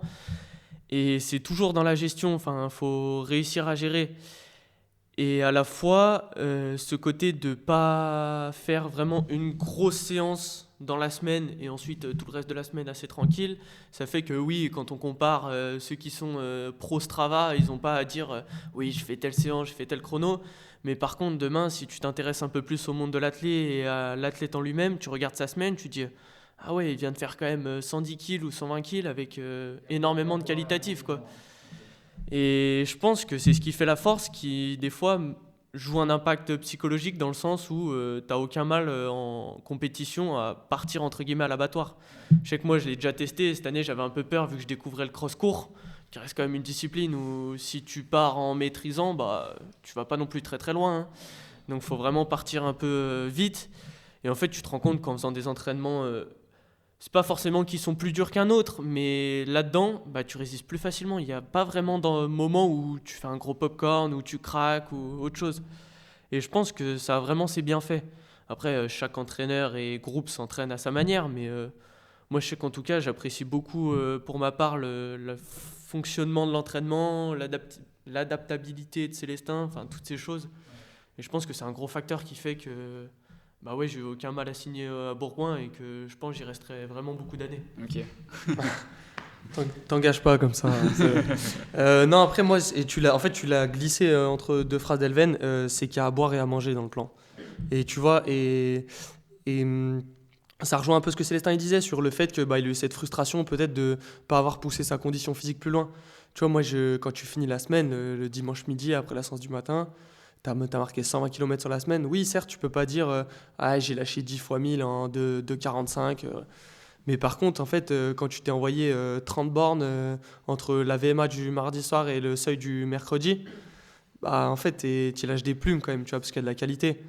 Et moi, c'est vraiment ce que je recherchais. C'est qu'à un moment donné, il y a eu des plans d'entraînement, des personnes avec qui j'avais pas ce que je voulais. Et du coup, en fait, tu vas à la faute.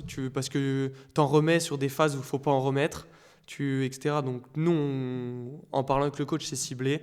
On sait qu'on a des temps forts sur un début de semaine et sur une fin de semaine.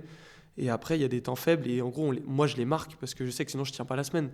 Mais à la fois, quand je sais que je suis dans un temps fort, bah, j'y vais fort, quoi. Et c'est vraiment cette notion d'avoir à manger. Tu vois, je sors jamais d'une semaine en disant oh, on n'a rien fait cette semaine, ou tu vois, ou d'une séance en mode on s'est pas entraîné aujourd'hui. Tu vois, à chaque fois. Et justement, et il le sait. Et il y a des fois, même quand il nous met des plus petites séances, il le voit qu'on a envie, et des fois, il te rajoute une rep en plus. Des fois, il te dit bah va plus vite, tu vois. Et c'est vraiment, je pense que le fait d'assouvir un peu ce besoin, bah, au final, tu es heureux dans l'entraînement, mais ça reste contrôlé. Ouais, parce que comment, là, moi, depuis qu'on discute, là, depuis environ 1 heure, il y a un mot qui revient beaucoup, c'est confiance, adaptabilité, relation. Enfin, vous parlez beaucoup de votre entraîneur. Comment toi, tu sais que tu vas dans la bonne direction ou que tu vas dans la mauvaise direction? Parce que enfin, moi, pour avoir fait plusieurs entraîneurs, plusieurs clubs, pour connaître plein d'athlètes qui eux aussi ont beaucoup changé, tout ça, des fois, on doute. Enfin, ça fait partie de la performance de douter. En plus, on est dans un sport qui est très millimétré. On n'est pas du tout comme des fondeurs ou des gens comme ça qui sont vachement plus aux sensations. On est vachement sur si j'ai pas fait, j'ai une connerie, mais si j'ai pas fait mes 10 fois 1000 en temps, bah, techniquement, je peux pas faire mon 10 bornes en temps. Comment toi, tu sais que tu vas dans la bonne direction avec tous ces athlètes? Il y a deux choses. La première, c'est quand j'ai commencé à entraîner, j'étais un peu trop fermé. Je posais un plan et on l'exécutait. J'ai aussi eu la chance d'avoir des athlètes qui ont évolué, donc j'ai évolué avec eux en tant que jeune entraîneur. Et ça m'a permis de m'ouvrir les yeux en me disant ok, quand tu es loin de la compète, tu peux être un peu comme ça. Par contre, plus tu te rapproches de l'échéance et de l'objectif, il faut être adaptable. Il faut pouvoir répondre aux besoins. Flavien, il se casse le doigt, il faut s'adapter. Elven, demain, il va être malade ou il va être blessé. Il faut s'adapter en permanence. Donc ça, c'est le premier facteur. Le deuxième facteur, quand j'ai commencé à entraîner aussi, il y a un préparateur physique qui s'appelle Benjamin Delmoral au Loup Rugby, qui quantifiait beaucoup la charge d'entraînement avec le RPE. Ouais. Et donc moi, depuis le Covid... Le RPE, c'est le ressenti en gros. Le ressenti, alors je ne connais plus exactement le nom anglais. En gros, c'est la quantification de la charge d'entraînement. D'accord. Et c'est le ressenti avec une échelle de 1 à 10 où l'athlète ou les athlètes mettent la perception de l'effort et les sensations en correspondance. Donc ça, moi, je leur demande obligatoirement de me répondre sur chaque séance. Et c'est pour ça que j'ai décidé en 2020-2021, là, au moment du Covid, comme on était tout en distanciel, de passer sur une application qui s'appelle Nolio. Et d'ailleurs, je remercie Alexandre Bouquet qui nous aide bien avec cette application. Et je me suis lancé là-dessus. Alors, c'était chronophage au début de se lancer sur Nolio, mais par contre, déjà, on communique beaucoup plus vite les séances, beaucoup mieux. C'est tout intégré sur les montres ou directement sur leurs applications. Moi, ça me facilite mon travail. Il y a une messagerie instantanée et il y a le RPE dessus, la quantification de la charge d'entraînement. C'est-à-dire que demain, les 60 du groupe ou les 65 du groupe, quand je vois que le RPE sur la semaine que j'avais programmée, il est au-dessus de ce que j'avais pensé, globalement, je vais me dire, oula, j'ai tapé un peu fort. La semaine prochaine, je vais peut-être adapter ma séance à la baisse ou au contraire à la hausse, ou ça peut être même le lendemain. Ça fait un peu écho au lactate. Quand ceux qui s'entraînent au lactate peuvent un peu réguler l'intensité ou la charge d'entraînement en fonction du lactate. Le lactate, je reviens dessus, c'est que la problématique du lactate, c'est que c'est chronophage quand même. Je trouve que ça prend du temps, ça prend des moyens financiers, il faut être rigoureux. Et moi, on a fait le test avec Flavien l'an dernier. Ça prend du temps, il faut un manipulateur lactate à côté. L'athlète, quand il le fait lui-même, je trouve que c'est pas efficient. Tu perds du temps en récup. Je trouve que là, tu perds un peu de... Tu t'entraînes plus, quoi. Ouais, tu t'entraînes un peu moins bien. Et moi, en tout cas, en tant que coach, je ferais moins mon travail si c'était moi qui le faisais. Ouais, donc moi, j'avais pris un stagiaire STAPS qui le faisait pour découvrir un peu ce monde, parce que c'était un peu... J'avais écouté ton podcast, il y avait pas mal de personnes qui s'y mettaient. Et je me dis, pourquoi être en retard? Moi, je suis un coach qui se remet quand même beaucoup en question tout le temps. Voilà. Et je me suis dit, il faut tester le lactate. Et le lactate, est-ce que c'est un moyen d'avoir une efficience de charge d'entraînement ou pas? Je pense que là, la variabilité cardiaque est plus appropriée, moi, dans mon schéma de fonctionnement, pour quantifier la charge d'entraînement. La variabilité cardiaque, je sais pas si tu Ouais, connais. c'est Le RSM, c'est moins, enfin plus ça varie, voilà, plus le temps de battement, enfin plus le temps entre deux battements est variable, voilà. plus c'est la merde.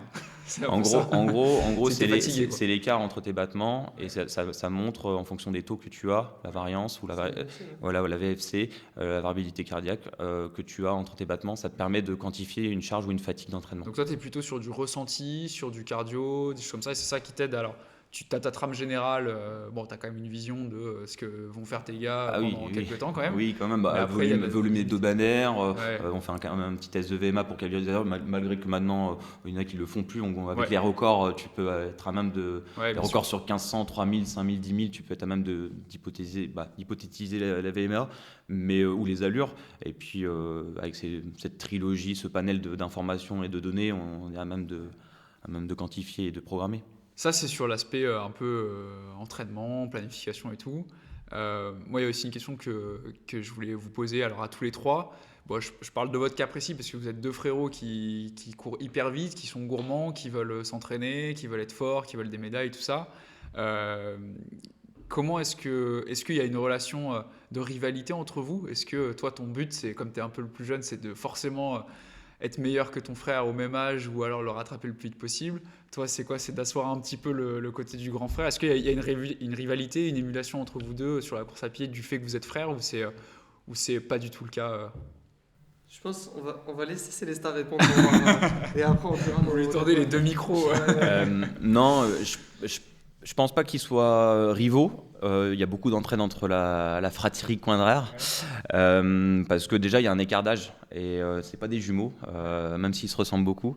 Ils se ressemblent beaucoup dans leur tempérament, dans leur manière de courir, dans leur foulée, dans leur manière de s'entraîner. Mais par contre, il y a quand même 4 ans d'écart et je trouve que c'est très bien.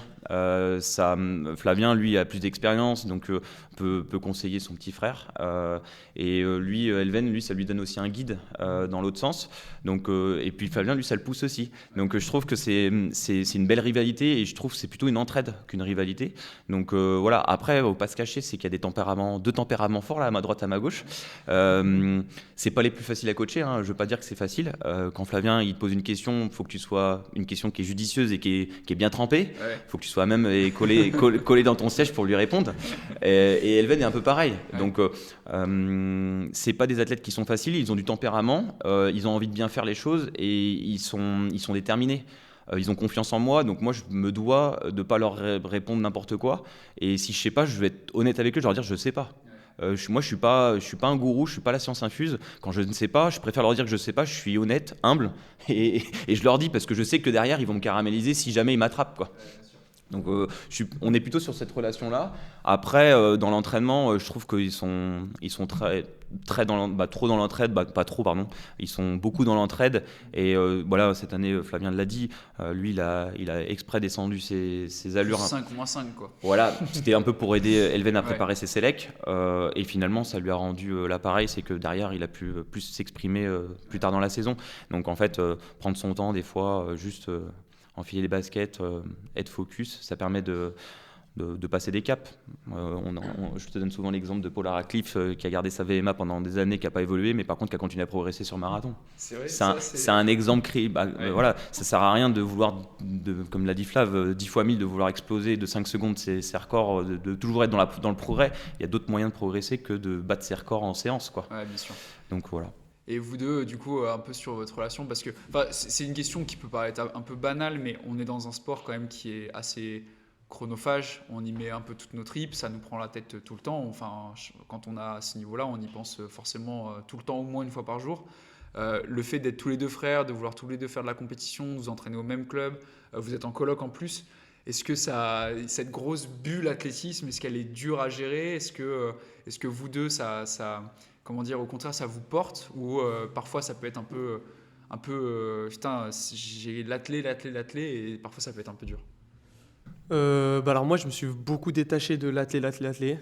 Comme je t'ai dit, quand j'ai pris une belle claque pour la Sélec, je me suis rendu compte que je m'étais mis un trop gros tunnel, je m'étais beaucoup enfermé, j'avais perdu un peu de vie sociale, donc ouais, je me suis détaché. Là-dessus, non, ça va. Après, on est assez similaires, tu vois, on est dans des études plutôt technologiques, scientifiques les deux, on partage la même passion. À la maison, on parle on parle pas que d'athlé, tu vois, et on parle de plein de choses, etc. Après, des fois, c'est difficile. Je pense qu'il me le dirait, mais c'est difficile de se positionner parce qu'Elven, il a un tempérament, il va se renfermer un peu plus sur lui. Moi, je vais dire quand je le pense, quand il y a quelque chose qui va pas, je vais le dire et je peux vite monter au parapet, alors qu'Elven, il se renferme un peu plus. Mais dans l'idée, non, c'est vraiment plus. En vrai, je prends pas cette mission de guide, mais il y a plein de choses déjà. J'ai fait des erreurs parce que j'ai été moins bien cadré à l'époque et que je veux pas qu'il fasse, donc que j'évite. Donc, certes, des fois, je passe pour un peu le grand frère relou parce que je lui dis non, faut pas faire ça, non, faut faire comme ça, etc. Mais je pense que plus tard, il me remerciera parce qu'il sait que, enfin, quand lui, en tout cas, je sais pas si quand il aura des gens à coacher ou des enfants et s'il les envoie dans le mur, comme certains murs que j'ai pris, il se dira ah, Flavien, il a peut-être raison.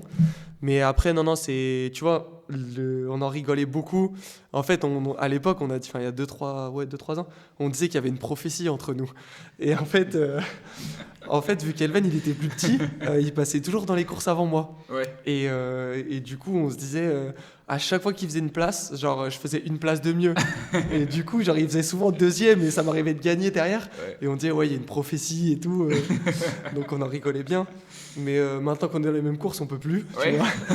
Du coup, maintenant, il n'y a pas le choix, faut que je l'aligne. Comme ça. Ouais, bah oui, forcément. Hein. Non, mais tu vois, moi, je kiffe. En fait, je kiffe vraiment partager ça. Je pense que pour l'instant, on s'en rend pas compte parce qu'on vit notre projet à fond. Mais en fait, c'est des souvenirs de fou. Enfin, dans 10 ans, tu vois, on se dit, mais on aura partagé, on a été des championnats de France ensemble, on s'est retrouvés sur des. Enfin, tu vois, le rêve qu'on ait, c'est de faire une médaille ensemble sur, tu vois, un medley, sur des France de cross, Podium. et en équipe, De ouais, sur avec le grand podium. plaisir. Mais c'est l'objectif. Et moi, personnellement, je sais que je m'interdis cette rivalité, tu vois. Parce que en vrai, oui, tu peux avec certains copains, des fois un peu, mais à partir du moment où t'as le même sang, c'est la famille quand même, tu vois. Tu peux pas Oui, des fois on a des désaccords, mais ça reste ton frère. Tu peux pas dire non, il m'a battu, je lui parlerai plus jamais. Après, moi, je l'ai dit à plein de gens. Hein. J'ai dit le jour où il me bat, je brûle toutes mes chaussures. J'arrête. C'est fini l'athlète, tu vois. Ou alors t'arrêtes enfin, juste avant qu'il passe la ligne. Ouais, comme ça, au moins, il t'aura jamais mettez-vous battu, sur quoi. mon Vinted et vous trouverez tout, quoi. Mais non, après, moi, c'est comme dit Célestin, ça me pousse parce que je le vois arriver. Et après, des fois, tu vois, genre au pré-région, quand il finit juste derrière moi à 3 secondes, j'arrive goût du sang dans la bouche, je me dis ah. Puis après, je me suis rappelé qui c'était le patron en France, quoi. Mais non, en vrai, je trouve, en tout cas, je sais pas comment lui il le vit, parce qu'on n'en parle pas spécialement, parce que c'est assez naturel, tu vois. Ouais. Mais non, en tout cas, même la coloc, tout se passe Vous très n'avez bien. pas intellectualisé la chose, quoi. Non, bah après, des fois, il n'y a pas besoin de se poser sur des questions, sur des choses où il n'y a pas. Enfin, si ça déroule, pour moi, on va pas absolument, mais je sais pas comment. Lui va dire tout l'inverse, il va dire qu'il Ouais, va te peut-être. fumer, te Ouais, saigner, peut-être. que c'est un enfer. Non, mais je pense vraiment que ouais, ça peut que avoir du bon. Enfin, premièrement, on est frères avant d'être collègues d'entraînement. Et c'est vrai qu'on a la chance, il y en a beaucoup qui nous posent la question, des fois par exemple sur la colocation, est-ce que ça se passe bien? On a de la chance de quand même très bien s'entendre. Peut-être du fait de notre côté très similaire sur différents plans. Après, ouais, c'est vrai que c'est quand même un gros avantage d'avoir quelqu'un qui a fait des erreurs ou non sur certaines disciplines ou autres. Et je sais que sur ce côté-là, Flav, il m'a permis vraiment de m'empêcher de me prendre certains murs. Du coup, c'est plutôt assez positif. Il y en a certains, il m'avait prévenu, je me les suis pris quand même. Je pense quand même que des fois, c'est bon de s'en prendre réellement et de se rendre compte qu'en fait, il ne fait pas que parler, même si je le sais. Enfin, ça reste quand même mon frère et je sais comment ça fonctionne. Après, ouais, ça peut avoir...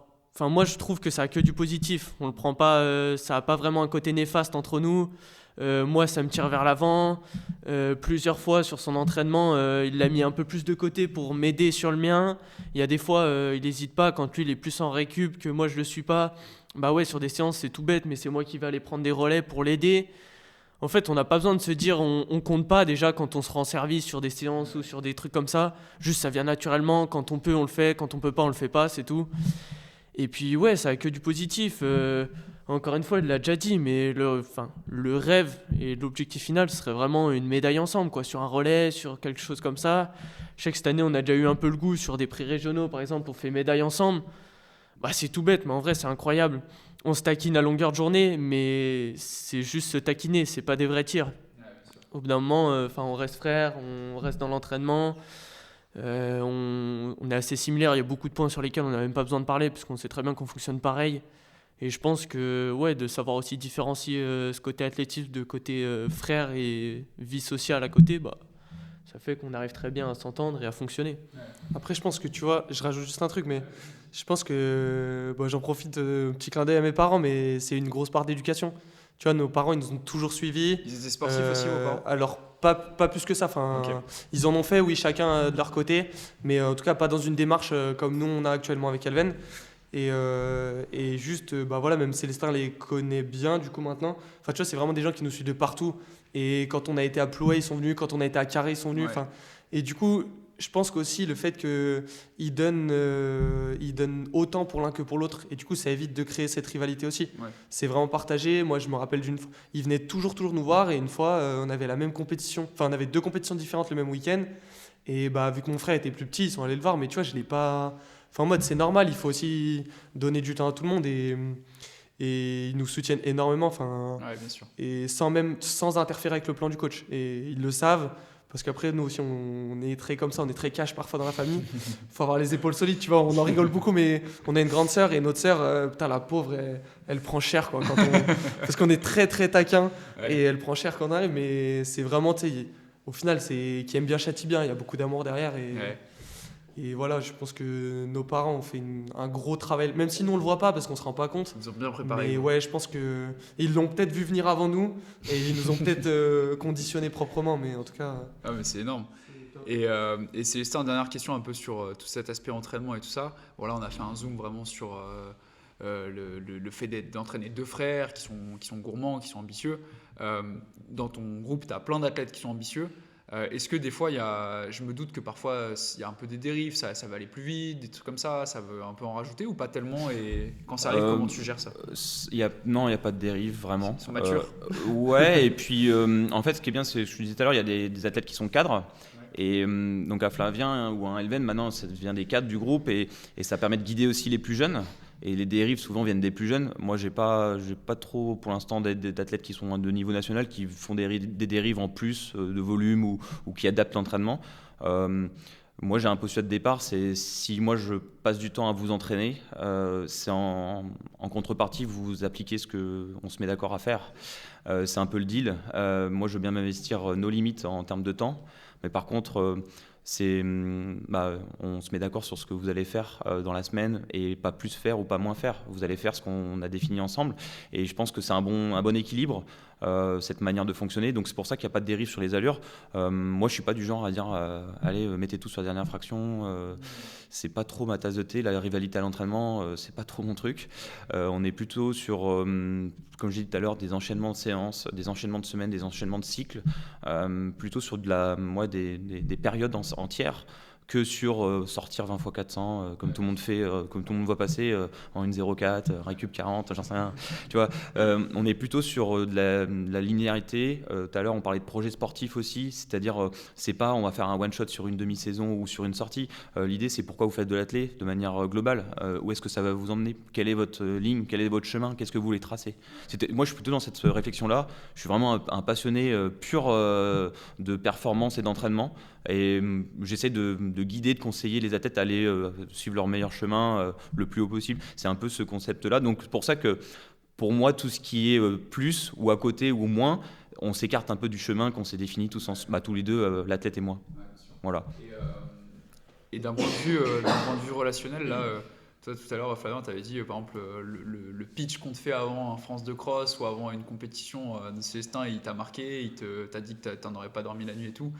Toi, du coup, tu penses être un bon entraîneur d'un point de vue préparation. Tu penses avoir aussi ce petit truc un peu de coach, le mot qui va bien, essayer de réussir à griser les athlètes. Qu'est-ce que tu...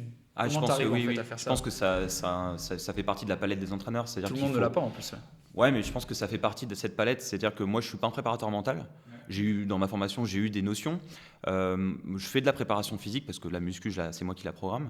Par contre, le coach et l'entraîneur, pour moi, c'est la même casquette. C'est-à-dire que le discours que tu as à l'entraînement, il faut le transcrire aussi à la compétition. C'est-à-dire que le discours que tu mets dans la petite tête de tes athlètes, il doit être le même, ou c'est la continuité de ce qui se passe en compète. Donc le pitch d'avant, et pareil, quand on gagne ensemble, mais quand on perd ensemble. Donc le débriefing, quand ça s'est pas bien passé, ou le débriefing quand ça s'est bien passé, on le fait ensemble, et il faut analyser, il faut comprendre.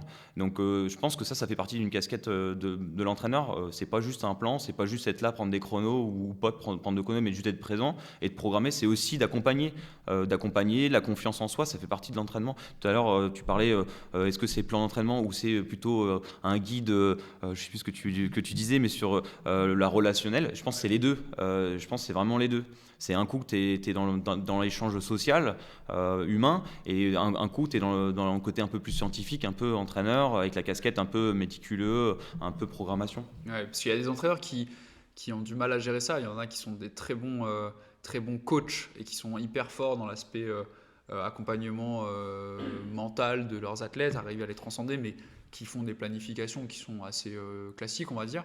Et t'en as au contraire, c'est des machines de guerre de l'entraînement, mais qui ont du mal à gérer cet aspect vraiment psy et tout ça. Donc, moi, je fais les deux. Ouais. Voilà. Et j'ai eu la chance parce que c'est grâce à la présentation. On a côtoyé, donc on parlait de Thibaut Poupard tout à l'heure, on a côtoyé un athlète qui s'appelle Thierry Georgiou, qui est 14 fois champion du monde et qui est français. Il m'en a parlé. Ouais. Voilà, donc il a peut-être parlé. Et moi, ce gars-là, avec Thibaut, on a eu la chance de le côtoyer au Pôle France. Et pour moi, au niveau mental, c'est la référence. Parce que dans la course d'orientation, ce qu'il faut savoir, c'est au niveau mental, je trouve que c'est le pôle décisionnel. C'est-à-dire que tu es en état de stress et tu dois prendre des micro-décisions à l'instant T en situation de stress. C'est-à-dire que même tu te rends compte que tu es en train de te tromper, il faut que tu réagisses. Donc je trouve qu'au niveau mental, il faut être assez fort. J'apparente ça un peu à du golf. Parce qu'un coup, tu peux faire 90% de tes coups hyper bien. Il suffit que tu en fasses un mauvais, ta partie, elle est finie. Et c'est pour ça que je trouve que l'athlète, c'est pas que empiler des 1500 mètres ou courir 1500 mètres. Non, ça va plus loin que ça. Dans la tête de l'athlète, il se place 10 000 choses.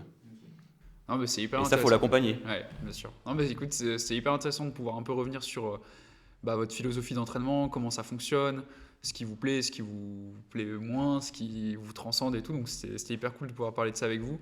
L'épisode il touche bientôt à sa fin. J'aimerais qu'on revienne un peu sur une dernière partie qui est un petit peu plus où on dézoome un peu sur ce que un club comme le vôtre peut essayer de faire, essayer de construire, et aussi votre retour un peu sur l'état du demi-fond en France, sur la structuration, le niveau qu'on observe aujourd'hui. Alors la première question, c'est que on a déjà parlé de vos ambitions un peu individuelles, mais en termes de groupe, en termes de club, pour l'année prochaine, pour la saison de piste qui arrive bientôt, c'est quoi un peu vos ambitions? Qu'est-ce que vous aimeriez faire tous ensemble? Honnêtement, pour revenir un peu à ce qu'on disait tout à l'heure, on est ouvert, mais l'objectif c'est de grandir tous ensemble, tu vois, c'est vraiment d'utiliser vraiment les forces de tout le monde. Comme on disait, moi je sais que là, tu vois, il y en a un gars dans le groupe, Mathis Djokovic, là, et donc c'est quelqu'un qui fait de l'athlète depuis très longtemps, qui a des records qui certes il doit être à 4,15 au 1500 ou 4,20, quelque chose comme ça. Donc qui paraît moins fort, mais moi je sais que l'année où je fais mon titre, en fait, je lui ai dit écoute mec, je connais rien en nutrition, j'ai envie de m'améliorer. Je savais qu'il kiffait ça et c'est un mec qui fait le plan. C'est un mec qui m'a dit ok prends ça. Et tu vois, c'est ça qui fait la force du groupe. En fait, ça sert à rien, tu vois, demain qu'il y ait genre 15 Julien Robec dans le groupe. Parce qu'en fait, si justement, peut-être que ça va créer une rivalité, tu vois, qu'il y en ait trop comme ça. Le but, c'est vraiment qu'on avance tous ensemble, qu'on se développe ensemble, mais qu'il y ait les perfs indives, mais que le groupe, quand même, il y a un noyau dans ce groupe-là. C'est-à-dire, on veut pas. Enfin, si les gens viennent juste pour dire ah Célestin, il a coaché Elven, il a fait ça.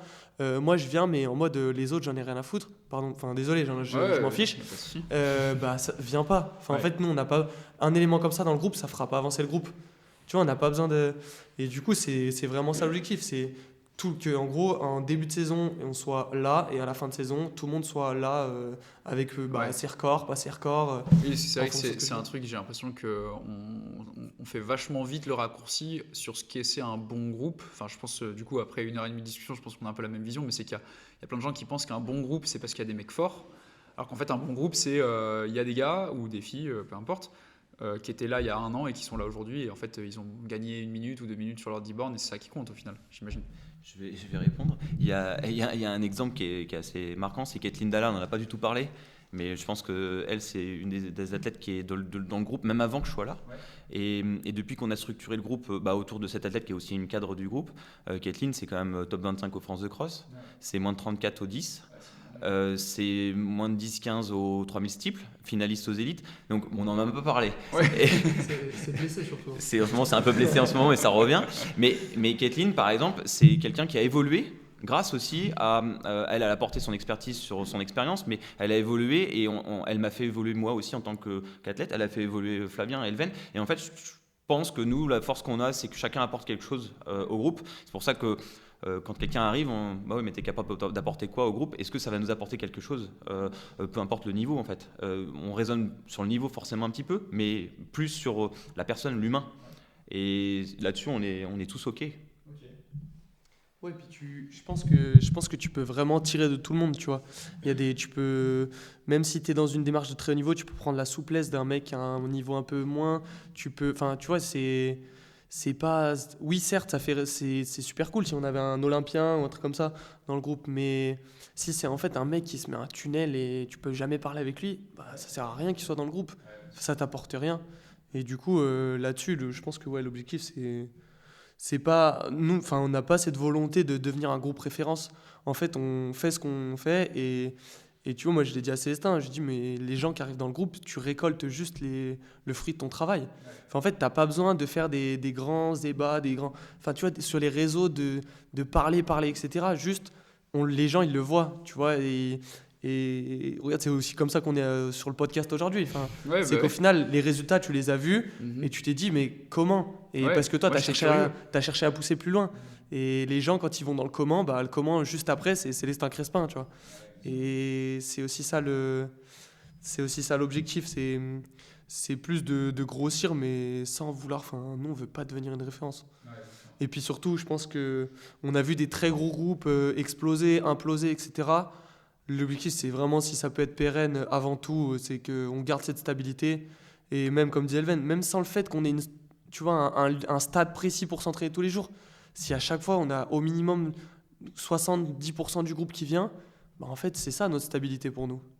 Bon, franchement, je pense que Tout a été dit. tout a été dit, hein. Le mot principal reste quand même ce côté où si tu as quelque chose à apporter, ou même si sur le plan humain, en vrai on n'y pense pas des fois, mais des personnes qui sont très joyeuses dans le groupe, mais peu importe le niveau, bah franchement ça met la bonne humeur, la joie de vivre dans le groupe, des trucs tout bêtes. Mais ce qu'il y a de sûr, c'est que demain tu peux être 3 fois champion olympique, mais par contre tu as un caractère qui fait que tu es un peu trop solo, tu es trop dans la compétition, tu es trop ci, tu es trop là. Bah, franchement, c'est pas qu'on n'acceptera pas dans le groupe, mais aucun intérêt, à part dissoudre le groupe. C'est que là, tous, ouais, il y a des gens plus forts, des gens moins forts, mais on est plus dans le côté en mode ah ouais, c'est incroyable de s'entraîner avec lui ou elle, on peut s'inspirer d'un tel, plutôt que se dire non, mais lui, je veux le battre, elle, je veux qu'il soit derrière. C'est moins nocif. C'est plus dans le sens, moi je sais que par exemple, là, Julien Rebec qui est arrivé cette année, des fois j'en rigole parce que très Vous très l'avez cool pas comme pris parce personne. qu'il est fort en fait. Il y a pas Non, que ça, quoi. mais Non, juste non, moi moi, je sais que cherche des j'adore le clowns. prendre en exemple. Enfin, je suis en mode, le mec pour l'instant dans le club, on peut dire sur le côté route, c'est un peu le maître incontesté, c'est celui qui a le plus à nous apporter d'expérience. Sur le cross, c'est plus une Kathleen ou un Flav. Sur la piste, c'est d'autres personnes. Et en fait, de prendre l'expérience de tout le monde, bah, c'est juste, ça nous fera progresser sur tous les plans. Ouais, bien sûr. Et dernière question avant qu'on débranche les micros. Moi, c'est un sujet que j'aime bien aborder dans New Remarks parce que je pense qu'on est à un tournant un peu majeur dans notre sport. Bon, alors, moi, je suis assez jeune, j'ai pas connu forcément d'autres périodes de l'athlétisme, mais j'ai l'impression qu'on est quand même en train de vivre un peu une nouvelle ère pour le demi-fond en France. Il y a une montée en puissance d'athlètes. Tu l'as très bien dit tout à l'heure.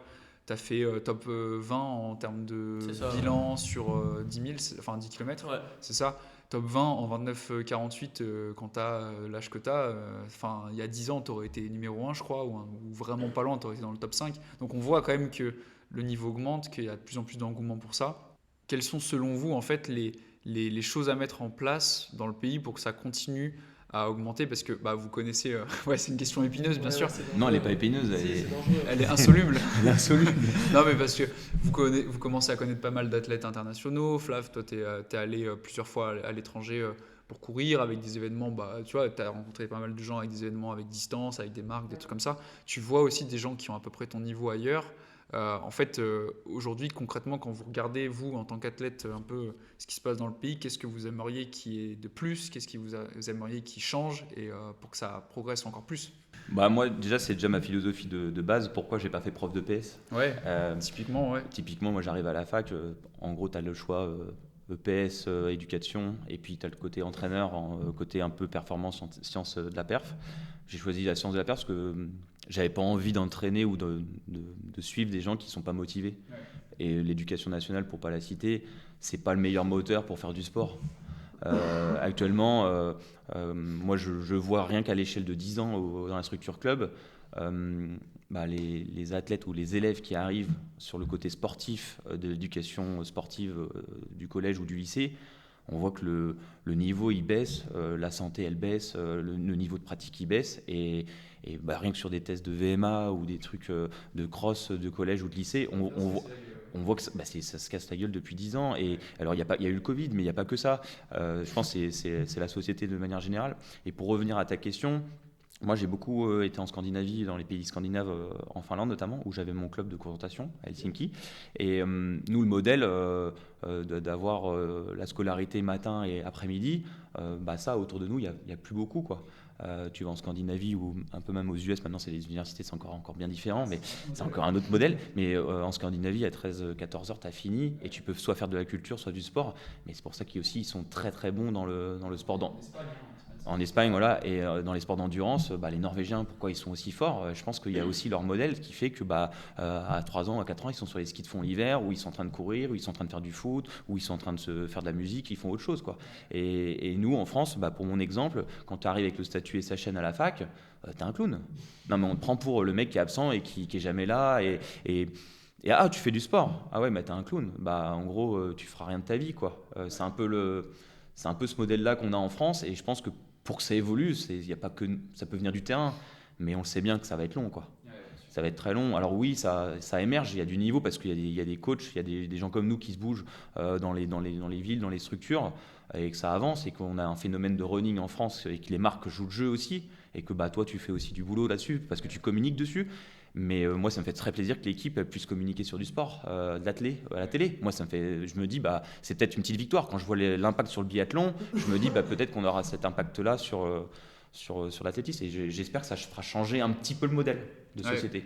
Ouais, parce que, tu vois, pour revenir justement à ta situation de coach, en vrai, il n'y en a pas beaucoup. Des coachs professionnels de club, c'est un statut qui est ce qu'il est. Je suis chanceux, moi. Je suis chanceux d'avoir un job payé plein temps.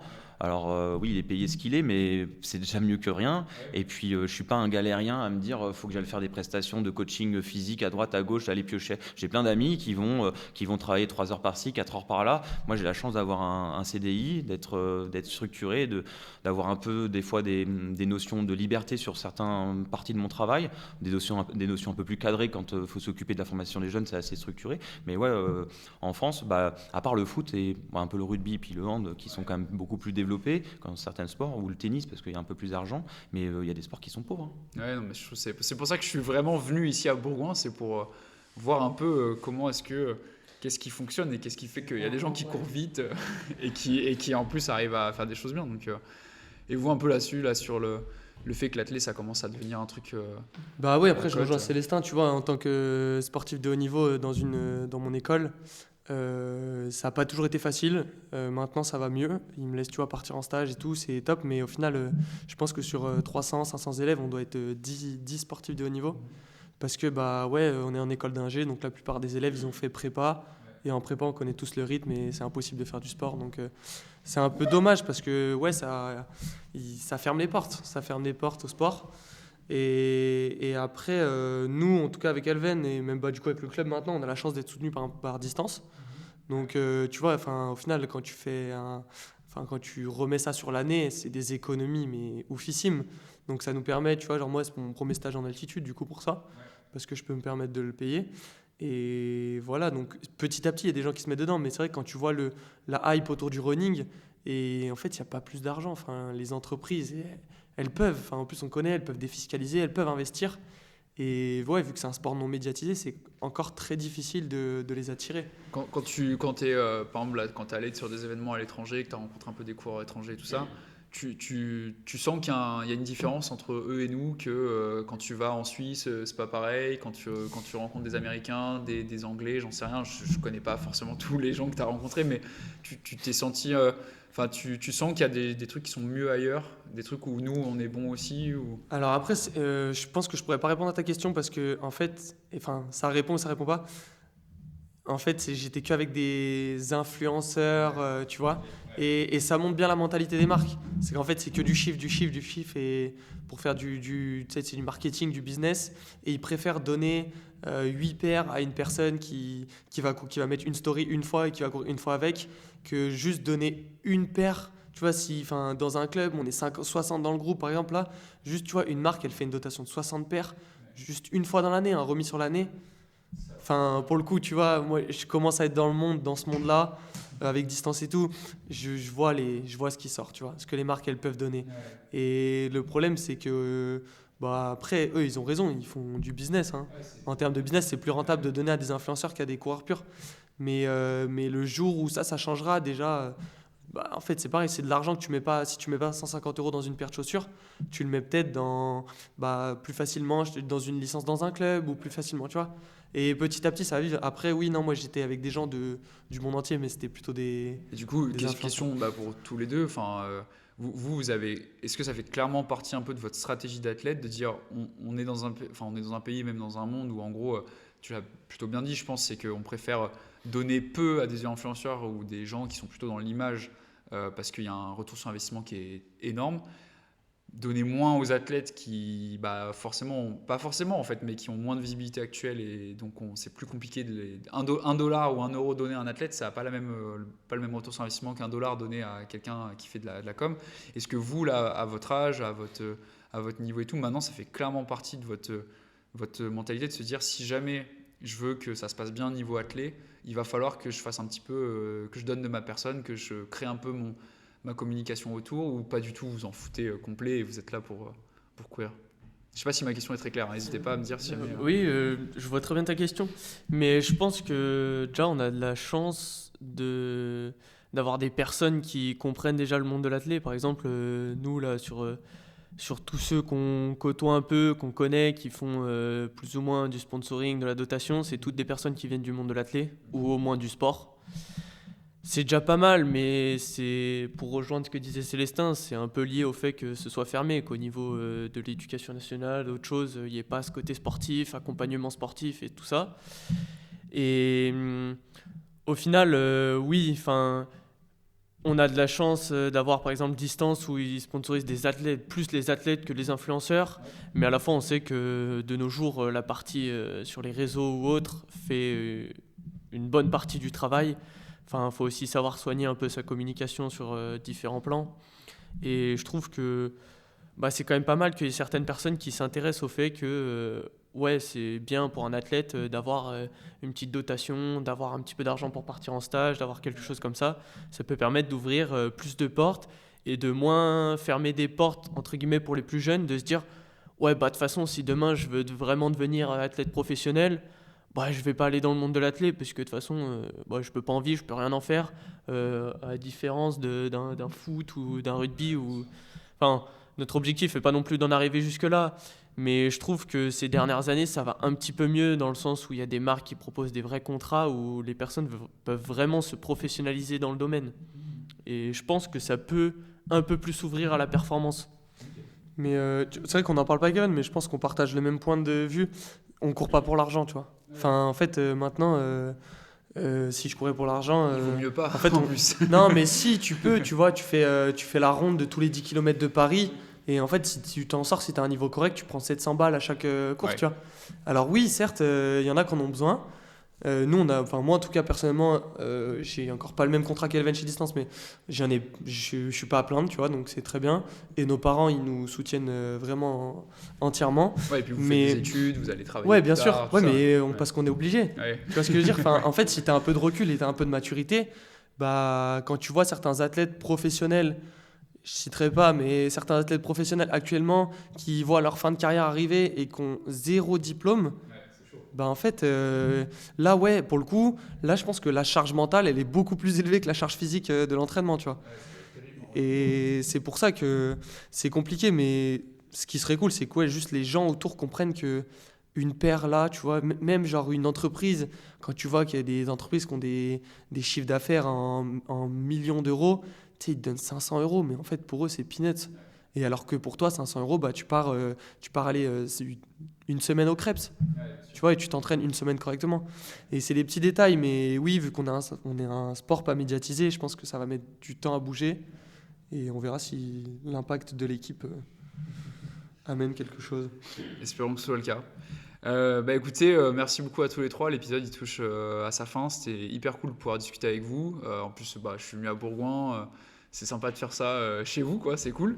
Est-ce que vous auriez un petit message, une petite conclusion à partager à tous ceux qui nous écoutent? Ça peut être des conseils, ça peut être un encouragement, ça peut être, j'en sais rien, un peu une citation, ce que vous voulez. Est-ce que vous avez des trucs à partager avec tous nos auditeurs? Je suis obligé d'en sortir une. Vas-y. Alors moi, Célestin, il m'a dit une fois un truc, et c'est valable en vrai dans la vie comme dans le sport, hein. Il m'a dit, écoute Flavien, pour gagner gros, il faut miser gros, mais miser gros, c'est aussi perdre gros. Donc il faut être conscient de ça, mais en vrai, et tu vois, je le répète aux gens autour de moi, et maintenant ça m'accompagne vachement. Mais en tout cas, voilà, si les gens ont des projets, un gros projet, faut pas hésiter à mettre tapis. Mais après, il faut quand même être conscient que derrière, il faut s'assurer un arrière et tu peux perdre gros. Mais en tout cas, quand on est sur une ligne de départ, quand tu as fait 3 mois d'entraînement, vas-y mec, hein, t'es prêt, hein. Bah moi en tout cas je regénéralise un peu tout ce que j'ai dit, mais je pense quand même que pareil, que ce soit dans le monde de l'athlé ou même dans le monde des études, la vie professionnelle, tout le monde a quelque chose à t'apporter en soi. Et pas hésiter à les personnes qui t'entourent à vraiment échanger avec eux, prendre de l'expérience, prendre différents trucs. Encore ce que disait Flavien, le Mathis Djokovic dans notre groupe qui a joué un bon point sur la nutrition. Pourtant, il y en a qui se diront oui, mais il n'a pas forcément un très très gros niveau, mais quand même. Et au final, tout le monde a quelque chose à t'apporter. Et il faut vraiment pas hésiter à échanger autour de toi, les gens assez proches du groupe d'athlètes et autres. Et toi, Célestin? Bon, moi, je rajouterais que chacun doit définir son chemin. Voilà, je pense que c'est le plus important. Le chemin, de le tailler avec son entraîneur, avec son entourage. Et je pense que c'est dans tout projet, que ce soit du sport ou même dans le monde professionnel, le chemin, c'est ça le plus important. Essayer de le définir et d'anticiper le long terme. Tout cheminement par des étapes intermédiaires est bon et on peut le faire dévier, on peut toujours le guider. Donc je pense que le meilleur conseil que je donnerais pour des petites structures ou même d'autres personnes qui écouteront, c'est que si vous avez défini un chemin et que vous entourez et que vous travaillez, je vois pas pourquoi vous n'arrivez pas à prendre le bon chemin, quoi. Ok. Voilà. Hyper clair, merci à tous les trois.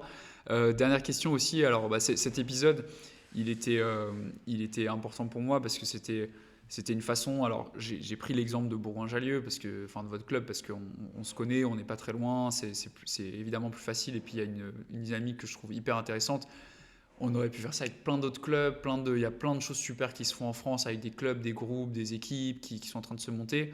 Donc l'idée, c'était vraiment de profiter de cet épisode pour inspirer des gens à essayer de faire la même chose, à montrer qu'en fait, c'est pas parce qu'on est dans une petite ville, dans un petit département, qu'on ne peut pas faire des super choses. Donc moi, j'ai été content de pouvoir vous rencontrer et vous faire découvrir à tous nos auditeurs. Est-ce que vous auriez des personnes, des invités à me recommander, soit pour enregistrer un épisode, ou alors pour que les auditeurs qui écoutent celui-ci puissent se dire « Ah tiens, super recommandation, je vais aller voir telle ou telle personne ». Moi du coup, alors je sais pas, peut-être, il me semble que tu as déjà fait sur un speaker. Clément Bresse, ouais. Et du coup, ouais, donc moi j'en ai un, c'est Alexis Rosset, je sais pas si tu connais. Non, je le connais, De je crois nom. pas le connaître personnellement. Et du coup, Enfin, c'est vraiment, en fait, il apporte une autre dimension sur le speaking. C'est moins formel que ce qu'on a en fédéral. Et pour l'instant, ça se fait qu'en hors stade, sur des trails, etc. Mais il a vraiment une dynamique qui se rapproche un peu, je pense, que de notre vision de l'athlète, même que tu dois partager, tu vois, avec un peu de distance, où on va casser un peu les codes, ces codes vraiment classiques du speaker, etc. Et puis surtout parce que même sur le monde du trail, en gros, c'est quelqu'un qui est hyper calé sur tout et je pense que ça pourrait être un bon invité. Et j'ai pas d'idée sur quel sujet vous pourriez partir, mais en tout cas, ça c'est mon boulot après. ouais, ça. en tout cas, non, ouais, c'est un peu, tu vois, casser les codes du speaker classique, quoi. Ouais, et puis je trouve ça intéressant parce que je pense qu'on est, comme j'ai dit, à un moment charnière et il y a un peu deux mondes aujourd'hui qui se côtoient. Il y a le côté athlète très vieillot, très à l'ancienne, voilà, l'athlétisme pur, et il y a aussi un peu cette nouvelle génération de gens qui proposent des trucs un peu différents. Tu parles de distance, des trucs comme Joli Foulée, genre de belles initiatives là. Donc ouais, pourquoi pas. Ouais. Et toi, Célestin, t'as Ouais, un moi j'ai invité, quelqu'un. plusieurs? Ouais. Alors c'est pas quelqu'un qui a une étiquette ou une casquette bien définie. Ouais. C'est Maxime Garcin. Ok. Je trouve que c'est un passionné d'athlé. Il connaît tout sur tout dans l'athlé. Et je pense qu'il y a moyen de faire un super podcast. Donc je serais curieux de voir ce que ça pourrait donner. Eh ben, écoute, je Et puis creuserai si un tu as peu, besoin de ouais. contact aussi sur un tout petit club, une petite structure, tu peux me demander pour aller voir la DC Loche. Bah, pourquoi pas, ouais. Là tu peux pas Ouais. trouver plus petit, ça va être une centaine Ça pourrait être d'adhérents. le bon club pour faire l'épisode un peu Ouais, là, débrouillardise. Ouais. La débrouillardise, là, y a pas de problème. Avec plaisir. Ouais, ça fera une belle connexion. Et ultime question avant que vraiment on s'arrête, où est-ce qu'on peut suivre un peu votre travail, votre progression, si jamais il y a des gens qui ont envie un peu de voir, alors vous deux en tant qu'athlète, voir un petit peu comment vous entraînez, votre parcours, vos résultats, tout ça. J'imagine que vous avez les réseaux sociaux. Célestin, toi aussi, est-ce que tu as, j'en sais rien, un blog, un truc où tu partages un peu ton travail? Moi, je partage rien du tout. Pour me voir, c'est sur le terrain, D'accord. c'est à l'entraînement ou en compétition. Je suis pas très dans la communication. J'ai mon Instagram qui est vide. Ok. Et voilà. Donc, je consacre tout mon temps à l'entraînement. Donc tu me fais le cadeau d'avoir la primeur de ton... Et c'est la première de ta fois que je communication. m'exprime un peu sur l'entraînement. Ouais, c'est cool. Et voilà, j'ai 2-3 articles sur les résultats, mais c'est pas. Voilà, donc c'est la première fois que je fais un peu un truc sur l'entraînement. Mais Ouais. donc c'est une première. Ok, cool. Et vous deux, du coup, Instagram, tout ça, classique? Ouais, c'est ça, je pense que Flav aussi sur Instagram. Après, pareil, au niveau de l'entraînement, on n'a pas vraiment de plateforme d'entraînement, juste sur les terrains, sur les pistes, Ouais. différents trucs. Ouais, c'est ça. Et je pense pareil, Instagram et si en vrai une bonne partie quand même sur le CS Bourgoin-Jallieu, parce que c'est les premiers qui nous mettent en lumière avant qu'on se mette nous-mêmes sur nos propres réseaux et en partie sur distance parfois ça nous arrive. Ouais, on vous voit assez souvent. Mais en tout cas, je pense que pour le résultat rapide, si vous voulez des infos directes, c'est sur le CS Bourgoin-Jallieu. Ok, ça marche. Donc, Bah écoutez, Ouais. merci beaucoup à tous les trois, c'était hyper cool de pouvoir discuter avec vous. Merci pour votre accueil et puis bon courage pour la saison de piste qui arrive très très vite. merci à toi. Merci à toi. Salut. Ciao.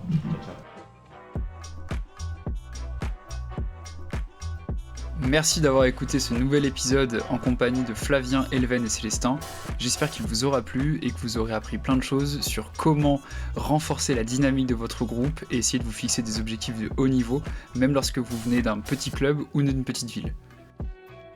Si l'épisode vous a plu et que vous souhaitez soutenir On Your Marks, je vous invite à vous abonner au podcast sur votre plateforme de streaming préférée, de nous suivre sur les réseaux sociaux et de partager ce qu'on fait autour de vous avec vos amis, avec vos proches, avec vos collègues d'entraînement.